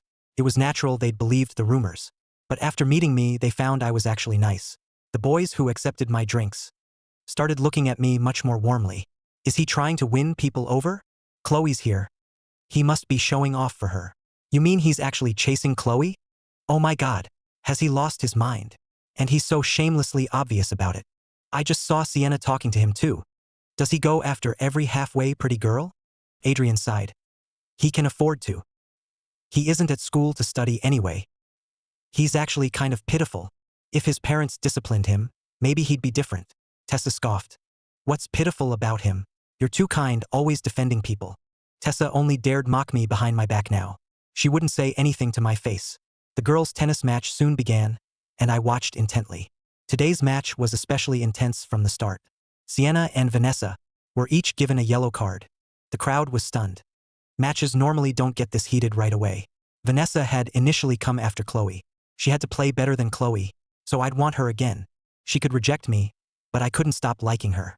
She wanted to prove she was the one worth loving. But Sienna suddenly kept targeting her. This match was easy for Chloe. She was way above varsity level. Lakewood's team was strong, but even playing alongside them, Chloe was in a league of her own. After a few shots, she started taking it easy. I quietly watched her from the stands. She had a totally different vibe from everyone else. While Vanessa was desperate to win but couldn't find an opening, Chloe looked like she was just having fun. At halftime, their break area was right in front of me. Chloe sat there watching Sienna closely. "You're really going all out today." She'd noticed Sienna constantly watching Vanessa. She normally wouldn't play like this. "Some guy called me ugly. I have to show him what I've got. Make him see what this queen can do." Chloe didn't think much of Sienna's answer. After drinking some water, Sienna turned and spotted me in the stands. She smiled and called out, "How was that? Pretty badass, right? I crushed your Vanessa." After Sienna said that, Chloe shot her a look. Sienna didn't know why, but the back of her neck suddenly felt cold. Compared to Sienna's fiery enthusiasm, Chloe seemed much less enthusiastic about me. Even when Sienna turned to look at me, Chloe didn't. She just sat there. Chloe had always been reserved. Maybe she didn't like drawing attention in public. But that only made her more interesting to me. I smiled and shouted, "Chloe, you're amazing." Hearing me call out to Chloe, Sienna snorted. "He's just trying to annoy me. We argued a few days ago, and he's still holding a grudge." Chloe glanced at the loose-lipped Sienna. "Is that so?" In the second half, Chloe got serious. In the first half, Vanessa and Sienna had gone back and forth. But once Chloe stepped in, Vanessa couldn't fight back at all. The match ended in a total blowout. Northgate got crushed, and Vanessa got it worst of all. People always compared Lakewood's Chloe to Northgate's Vanessa. Over time, everyone came to believe that they were nearly evenly matched. But today's match gave everyone their answer. Vanessa couldn't match Chloe in any way. Every time Chloe scored, I went wild in the stands. I'd never truly paid attention to Chloe before. I had no idea how capable she was. Looking back, I really had been blind. Tessa and Adrian had organized a cheering group. They'd come to support Vanessa. But now they couldn't even cheer. On my side, Chloe already had more fans. Now everyone was thrilled, especially me. I couldn't take my eyes off Chloe. I even squealed for her under my breath. Tessa rolled her eyes. Does he forget he goes to Northgate? Good thing Chloe would never want him. Otherwise, he'd make her sick. As soon as Tessa finished, Chloe walked toward the stands after the match. She stopped right in front of me. As she came closer, the other guys stared in awe. I looked at her. "You're incredible," Chloe said. "Give me some water." Her voice was soft and warm, like a spring breeze. I'd never known someone could be so talented and sound so beautiful. The nearest guy quickly offered her a bottle. But Chloe didn't take it. She looked at me, so I handed her one myself. "You were so amazing." I said it softly, but those few words still made Chloe smile. Under my gaze, she gulped down the water. Sienna, who had wanted to impress me, stared wide-eyed. What was going on? I'd worked hard all day to impress him and win him over. But Chloe had beaten me to it. The thing was, Chloe had never been interested in guys. Even during matches, she brought her own water and avoided guys. She didn't like people getting close. At school, she always kept everyone at a distance. So why now? Had Chloe actually fallen for him? The thought shocked Sienna. After drinking, Chloe looked at me. "I'll go change. We'll head out together after school." "Okay." As Chloe walked back, Sienna stared at the sky in disbelief. "Chloe, you know him?" Chloe calmly said, "I'm pursuing him." Seeing Sienna stare, Chloe asked, "What? Do you have a problem with that?" Sienna didn't dare. Of course not. She just never expected Ethan to be the one Chloe wanted. Especially after remembering what she'd just said in front of Chloe, Sienna wanted to slap herself. Sienna quickly apologized to Chloe. "I honestly didn't mean it. I didn't know he was. If I'd known, I never would have acted like that." Chloe stayed calm. "It's fine. He wouldn't want you anyway. So how far have you two gotten?" "He doesn't like me yet, even though I'm his tutor." Chloe believed I still liked Vanessa, not her. Maybe she was just someone I used to make Vanessa jealous. But if she could be useful to me, she didn't mind. Just being by my side already made her happy. After hearing Chloe, Sienna couldn't help looking back at me in the stands. I was watching Chloe so intently and cheering so earnestly. She thought I was Chloe's lapdog. Turns out her Chloe was the one chasing someone else. Unlike the calm people involved, everyone else acted like they'd heard the biggest gossip ever. The QChat group exploded with messages too. Does Chloe like Ethan? I used to be Vanessa's lapdog, and she never wanted me. I ran errands for her every day like a servant. But now Chloe, who beat Vanessa in every way, was involved with me. Vanessa changed and walked out of the gym. She looked especially gloomy. She'd lost, and Chloe had utterly destroyed her. Adrian and Tessa followed closely, wanting to comfort her. But they didn't know what to say. They were upset too. A second ago, they'd thought someone like Chloe could never want me. Then Chloe went right over and spoke to me. Is Chloe blind? How could she like him? Didn't Chloe know who Ethan was? Adrian's face darkened. He'd thought that no matter what I did, Vanessa would always be on his side. But seeing Chloe get close to me today nearly drove him insane. Why was a guy like Ethan rich and able to get someone like Chloe too? Was it because they hadn't tried hard enough? Maybe if they cheered for Chloe too. The guys I'd been sitting with looked at me. Ethan, you knew Chloe already? I casually said, yeah. Then they asked, so are you too? They'd been nearby, and Chloe's look at me had been different. She clearly didn't see me as just anyone, so they couldn't help wondering. No, we're just engaged. I'd been pretty forward with Chloe, but that was only because of my last life. In this life, I wasn't sure how Chloe saw me beyond our engagement. After what happened with Vanessa, I didn't dare get ahead of myself. I didn't want to be seen as a lapdog again. Seeing their curiosity, I said, our families know each other. That's why we're a little close. I see. Your family really is loaded. After waving goodbye to some guys from other classes, I went back to class. Everyone was looking at me. I was used to them making a big deal out of everything. I quietly took my seat. A girl in front of me stared and said sarcastically, we lost, but you seem pretty happy. She was Vanessa's teammate. I smiled. You lost, not me. Why would I be upset? Chloe likes you, so you think you're a big deal now? I gave a quiet laugh. What? Mad she didn't choose you? That shut her up. She closed her mouth angrily. Vanessa returned a while later with Adrian and Tessa. Vanessa sat down. I glanced at her. I could tell her anger was about to boil over. She always got this angry whenever she lost to Chloe. I used to share her anger. Now I just found it funny. Vanessa looked at me. When she saw my smirk, her eyes turned colder. Why are you looking at me? You're not good enough, and somehow that's my fault. Vanessa stared me down. She'd lost. And instead of comforting her, I was mocking her. It disgusted her. Whenever she used to lose to Chloe, I'd buy her things and give her gifts to cheer her up. I'd tell her she was better than Chloe. Now I was making fun of her. The bell rang. I quickly packed up and stood. I left the classroom. Seeing me go, Vanessa stood too. She grabbed her things and rushed out after me. Even Adrian couldn't keep up. I'd barely reached the stairs when Vanessa caught up and grabbed my arm. I looked at her, surprised. Vanessa, what are you doing? Vanessa stared at me with red eyes. I froze too, holding back her emotions. Vanessa asked, are you really planning to be with Chloe from now on? Her question caught me off guard. She'd never cared about this before. What was this about? Vanessa looked at me like I'd betrayed her. I tried to remove her hand from my wrist, but she was holding tight. I couldn't help smiling. Didn't you hate me clinging to you? You said every day I chased you was a nightmare for you. Those were the words she'd said to me before I died. Without them, I never would have known that my love made her feel so disgusted. My wholehearted love hadn't just meant nothing to her. It was a burden. Vanessa froze at my words. I never said that. She didn't remember ever saying that. Of course, I knew this Vanessa hadn't said it yet. But that didn't mean she hadn't thought it. I sneered. But you always hated me, didn't you? If you didn't, why were you always with Adrian, giving him my things? You treated him so well and treated me like your servant. As I spoke, I forced a few tears into my eyes. I no longer loved Vanessa. After everything I'd been through, all I had left was hate. I'd already died once. How could I still love her? But in my last life, I'd spent my whole life craving her love. I only wanted her to care about me a little more. And in the end, I met that tragic fate. Whenever I remembered it, overwhelming grief filled my heart. The grief flooded through me. If I hadn't been reborn, how pitiful would I have been, abandoned in that rundown rental? My eyes welled up. Vanessa stared at them.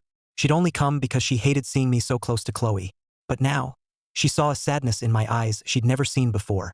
She simply didn't love me. She loved Adrian.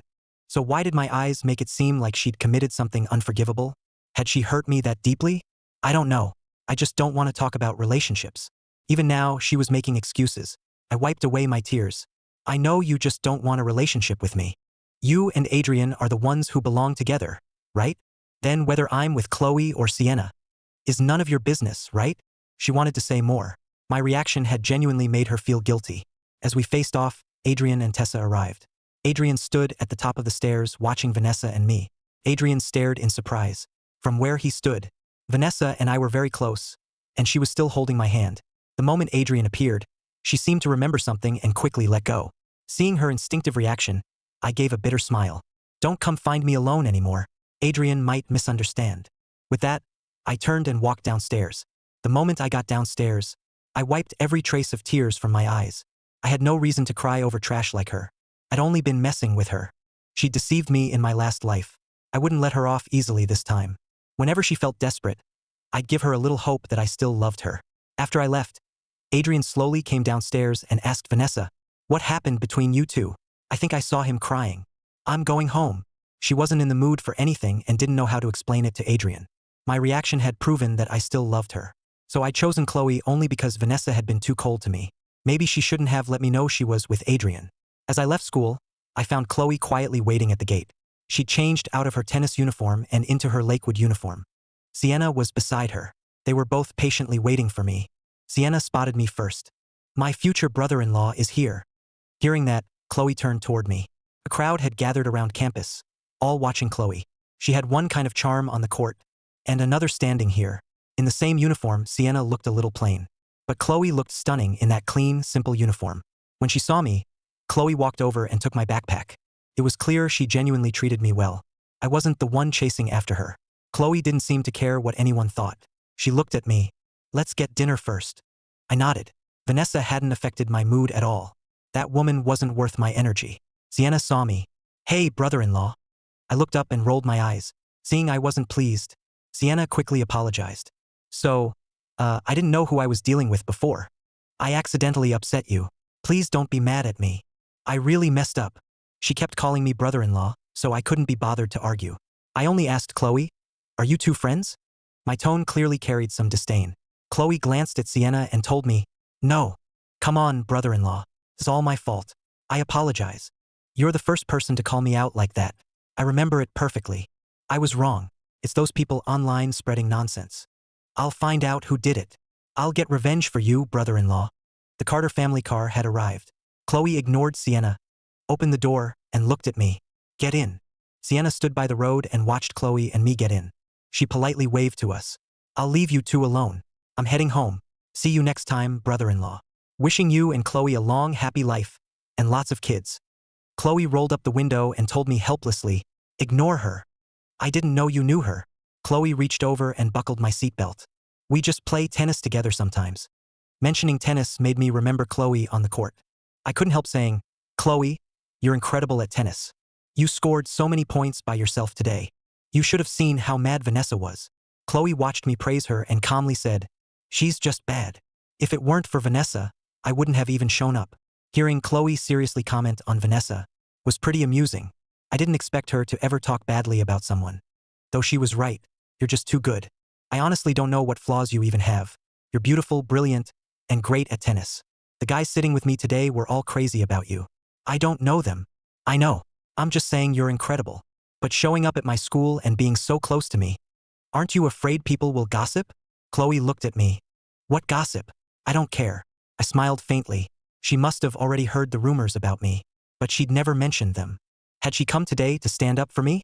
The driver took us to a restaurant. The moment we sat down, my phone chimed. I checked it. Vanessa had sent me a message. "I'm sorry." I froze. She'd actually apologized. She clearly didn't want me getting close to Chloe. Maybe people were just like that. She'd always treated me with contempt. But once I moved on, she panicked. Chloe asked, "What do you want to eat?" "Anything's fine. Pick what you want first." Chloe ordered a few dishes, then remembered I liked spicy food, and ordered some for me too. We'd been having dinner together often lately. Chloe and I had grown close. "Mr. Hayes still isn't back?" "He's pretty busy." The subject made me uneasy. In my last life, Dad died in a car accident before my college entrance exam.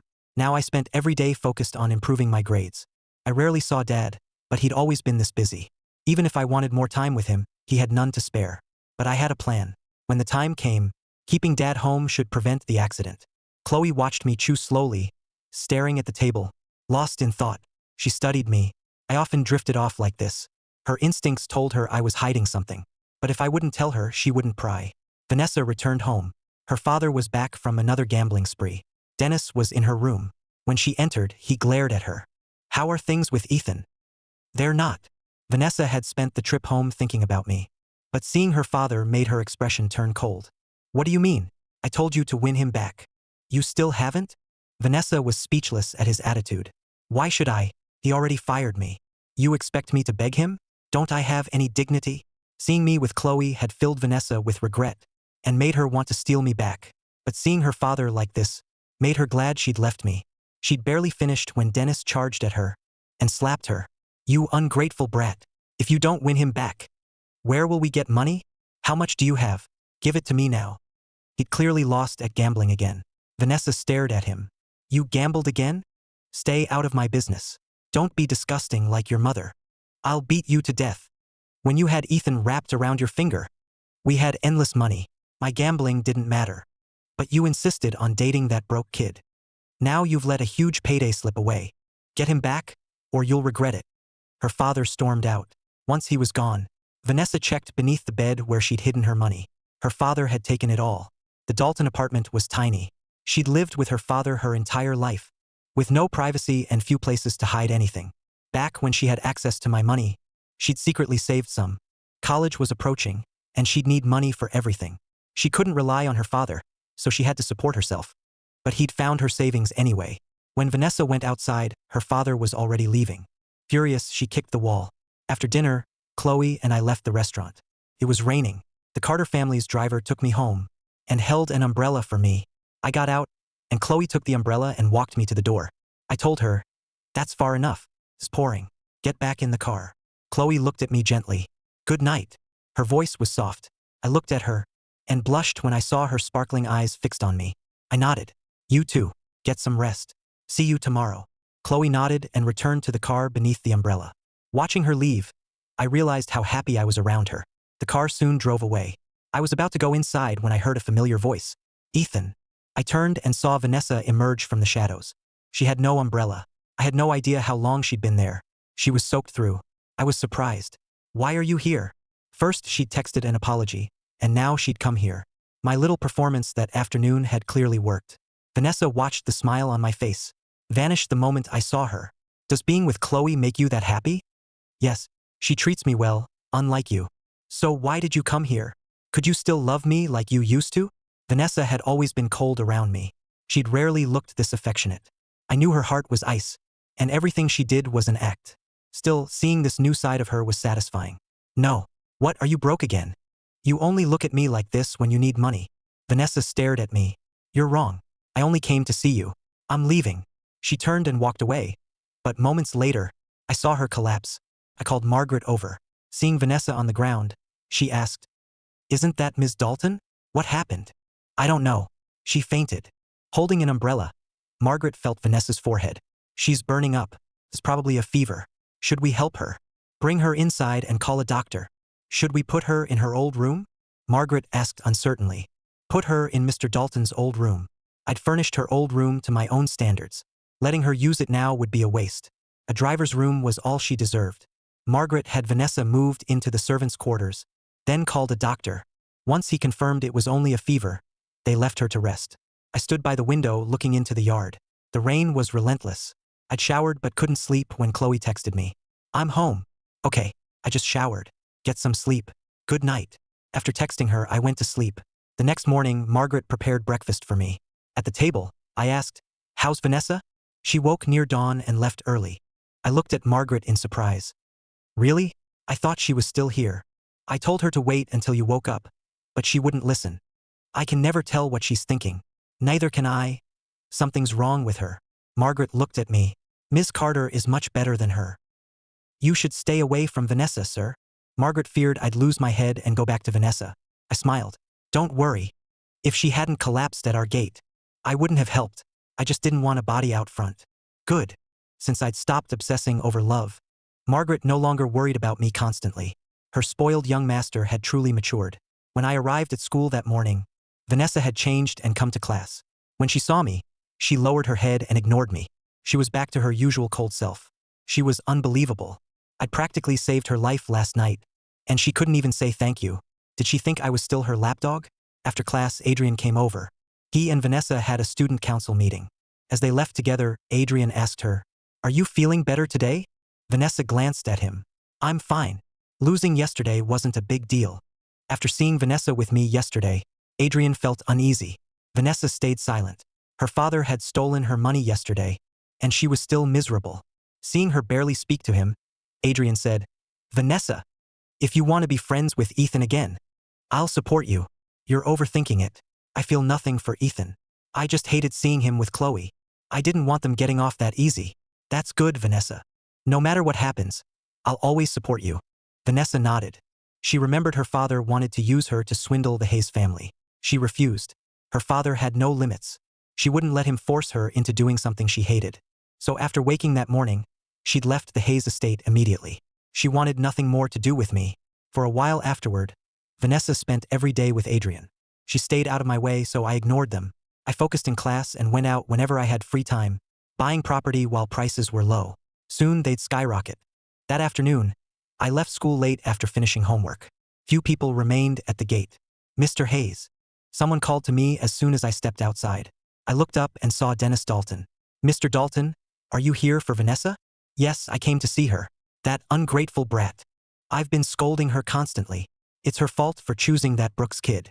She doesn't know what's good for her. Please don't be mad at her." "There's nothing to be mad about." Dennis looked disheveled, making me frown. Just then, Vanessa and Adrian left the school. Seeing Dennis with me, Vanessa approached and yanked me away. She glared at Dennis. "Why are you here?" Dennis had vanished for days after taking her money. If he was back, he'd clearly run out again. Dennis rolled his eyes at her. "I'm talking to my son-in-law. Stay out of it. Get lost."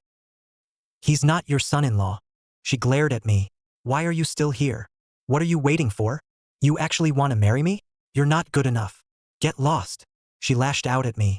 I knew she'd always treated me badly, but her outburst still startled me. I glared at her. She always spoke to me this way. Took me a few seconds to recover. "Don't flatter yourself. Who'd want you?" After firing back, I quickly left.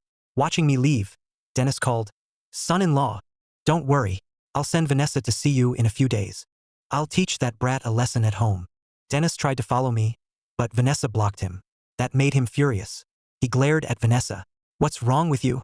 You won't win him back, and you won't let me try either? I finally found him, and you drove him away. Can you do one thing right?" I was already in the car. Vanessa blocked her father and glared at him. "Stop coming to my school." "I'll come if I want. Do you have any money?" "No. You took everything last time. That was my college fund." "So what have you been doing lately?" The subject enraged Dennis. When Vanessa had me wrapped around her finger, he didn't care what she did. He didn't mind her spending every day with Adrian. I hadn't objected then, but things were different now. I'd abandoned Vanessa because of Adrian. Dennis couldn't let her keep this up. He had to control her. Vanessa said, "It's my life. Just leave. I have to work. Work, work, work. That's all you ever say. How much can that lousy job pay? You'd be better off winning Ethan back. Look how angry you made him. I don't like guys like him. So what? You." Dennis nearly struck Vanessa, but remembered they were at school. "We'll settle this at home. Give me money now. Or I'll go ask Ethan." Vanessa stared at him, then pulled a few $100s from her pocket. "This is all I have. This isn't enough. Get me more, understand? You don't want them chopping off your father's hands, do you? You're heartless. Just like your mother. Then you shouldn't have gambled." Vanessa said coldly, "I don't care what happens to you." She boarded the bus waiting at the gate. Without waiting for him, Dennis was livid. He looked at the cash in his hand and left. His daughter was growing more disobedient by the day. Adrian had originally left school with Vanessa, but after seeing the scene, he stayed hidden. He watched silently from the side. He only emerged after they left. He'd only known Dennis as a driver. He hadn't known the man was Vanessa's father. Vanessa was already broke, yet Dennis still demanded money. That was going too far. He knew stepping in would only make the embarrassing scene worse, so he waited until they were gone. I watched from the car for a while before telling the driver to leave. Vanessa yelling at me seemed ridiculous. I didn't even like her, yet she acted terrified I'd marry her. All because her father had said a few nice things to me. I returned home. Margaret greeted me with a smile. Sir, you're home. Yeah. Who upset you? Seeing my dark expression, Margaret immediately sensed my mood. No one important, just bad luck. When Chloe arrives, send her to the study. Chloe had been arriving late lately. I didn't know what kept her busy. Not long after I went upstairs, Chloe arrived. Mr. Hayes seems upset today. What happened? He didn't say, but it probably involves Vanessa. Only she makes him act that cold. Chloe went upstairs and opened the study door. I was watching the year's hottest comedy sketch on my computer, completely absorbed and laughing happily. Chloe walked over and sat beside me. I looked at her. You're here. Yeah. Something held me up. Have you been busy lately? She used to arrive early every day since her school got out before mine. But lately, she seemed to have a lot going on. At the question, Chloe nodded. Yes, but it won't affect your tutoring. I'll come whenever I can. My grades have improved a lot. You're going to college in Washington, D.C., right? My question caught Chloe off guard. Her family already wanted her to return, but she'd kept delaying. She looked at me and asked, How did you know? I smiled at her question. Of course I knew from my last life. But that had all happened after the college entrance exam. Back then, I'd never considered leaving Oak Ridge. Vanessa chose a local college, so I stayed in Oak Ridge. In my last life, Vanessa scored high enough for Washington or Jefferson. But she chose to stay in Oak Ridge. I never understood why. Maybe she couldn't leave Oak Ridge or Adrian. I told her everything. She never told me anything. Besides, Dad passed away around that time.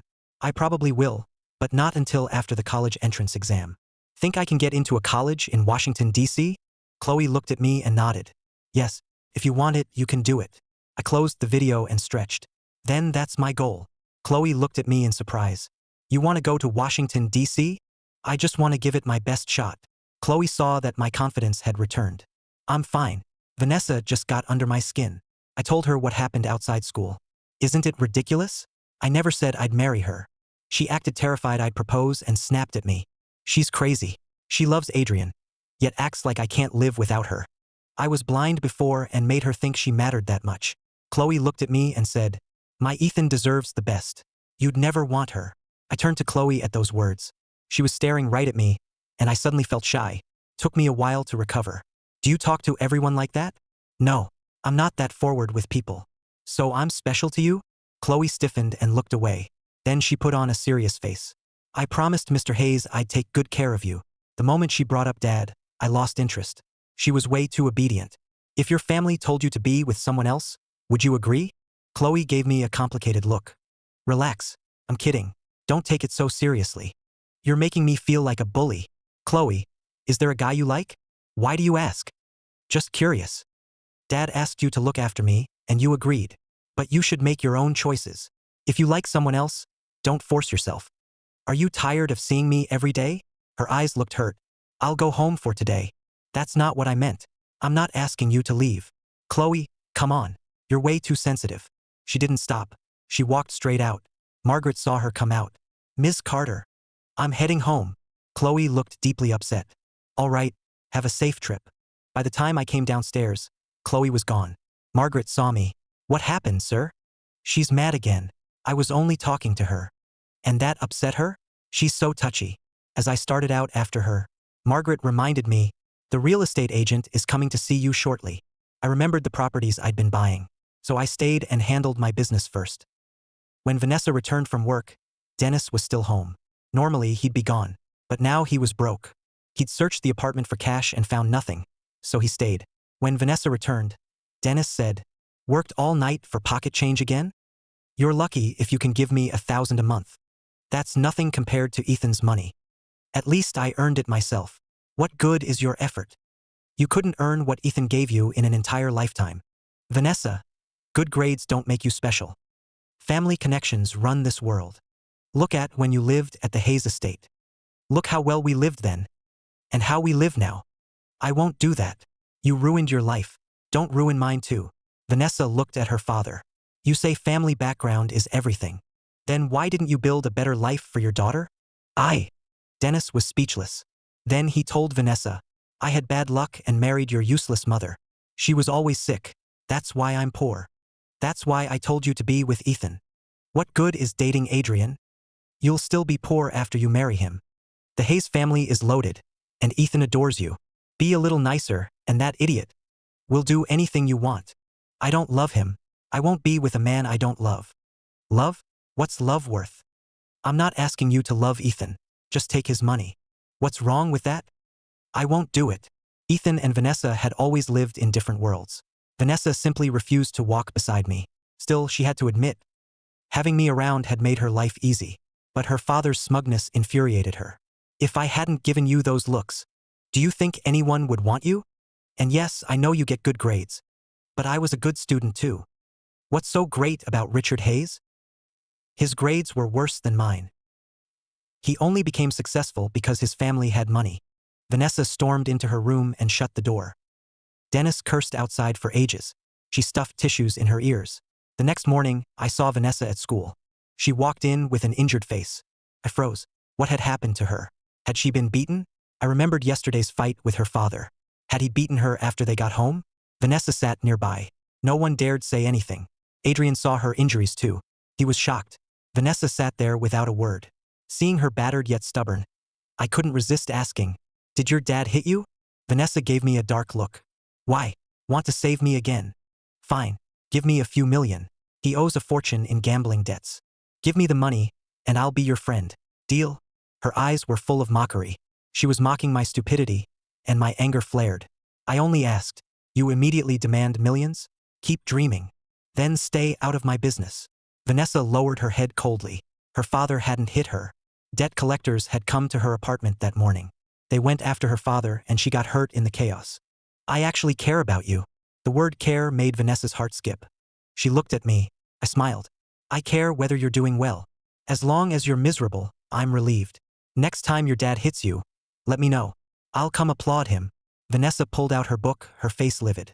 Unable to take any more, she snapped, "You think being with Chloe will make you happy? She's perfect in every way. Why would she want you?" A while later, I asked, "Which college are you applying to?" In my last life, Vanessa and Adrian both attended Oak Ridge University. But I was still curious why Vanessa had chosen Oak Ridge University instead of Washington or Jefferson. "Why are you asking? I'm curious where you two are going. Maybe I'll join you, since we all know each other. Going to the same college could be fun, right? Then I can see whether you two truly last." Time flew by as we prepared intensely for the exam. The college entrance exam finally came and quietly ended.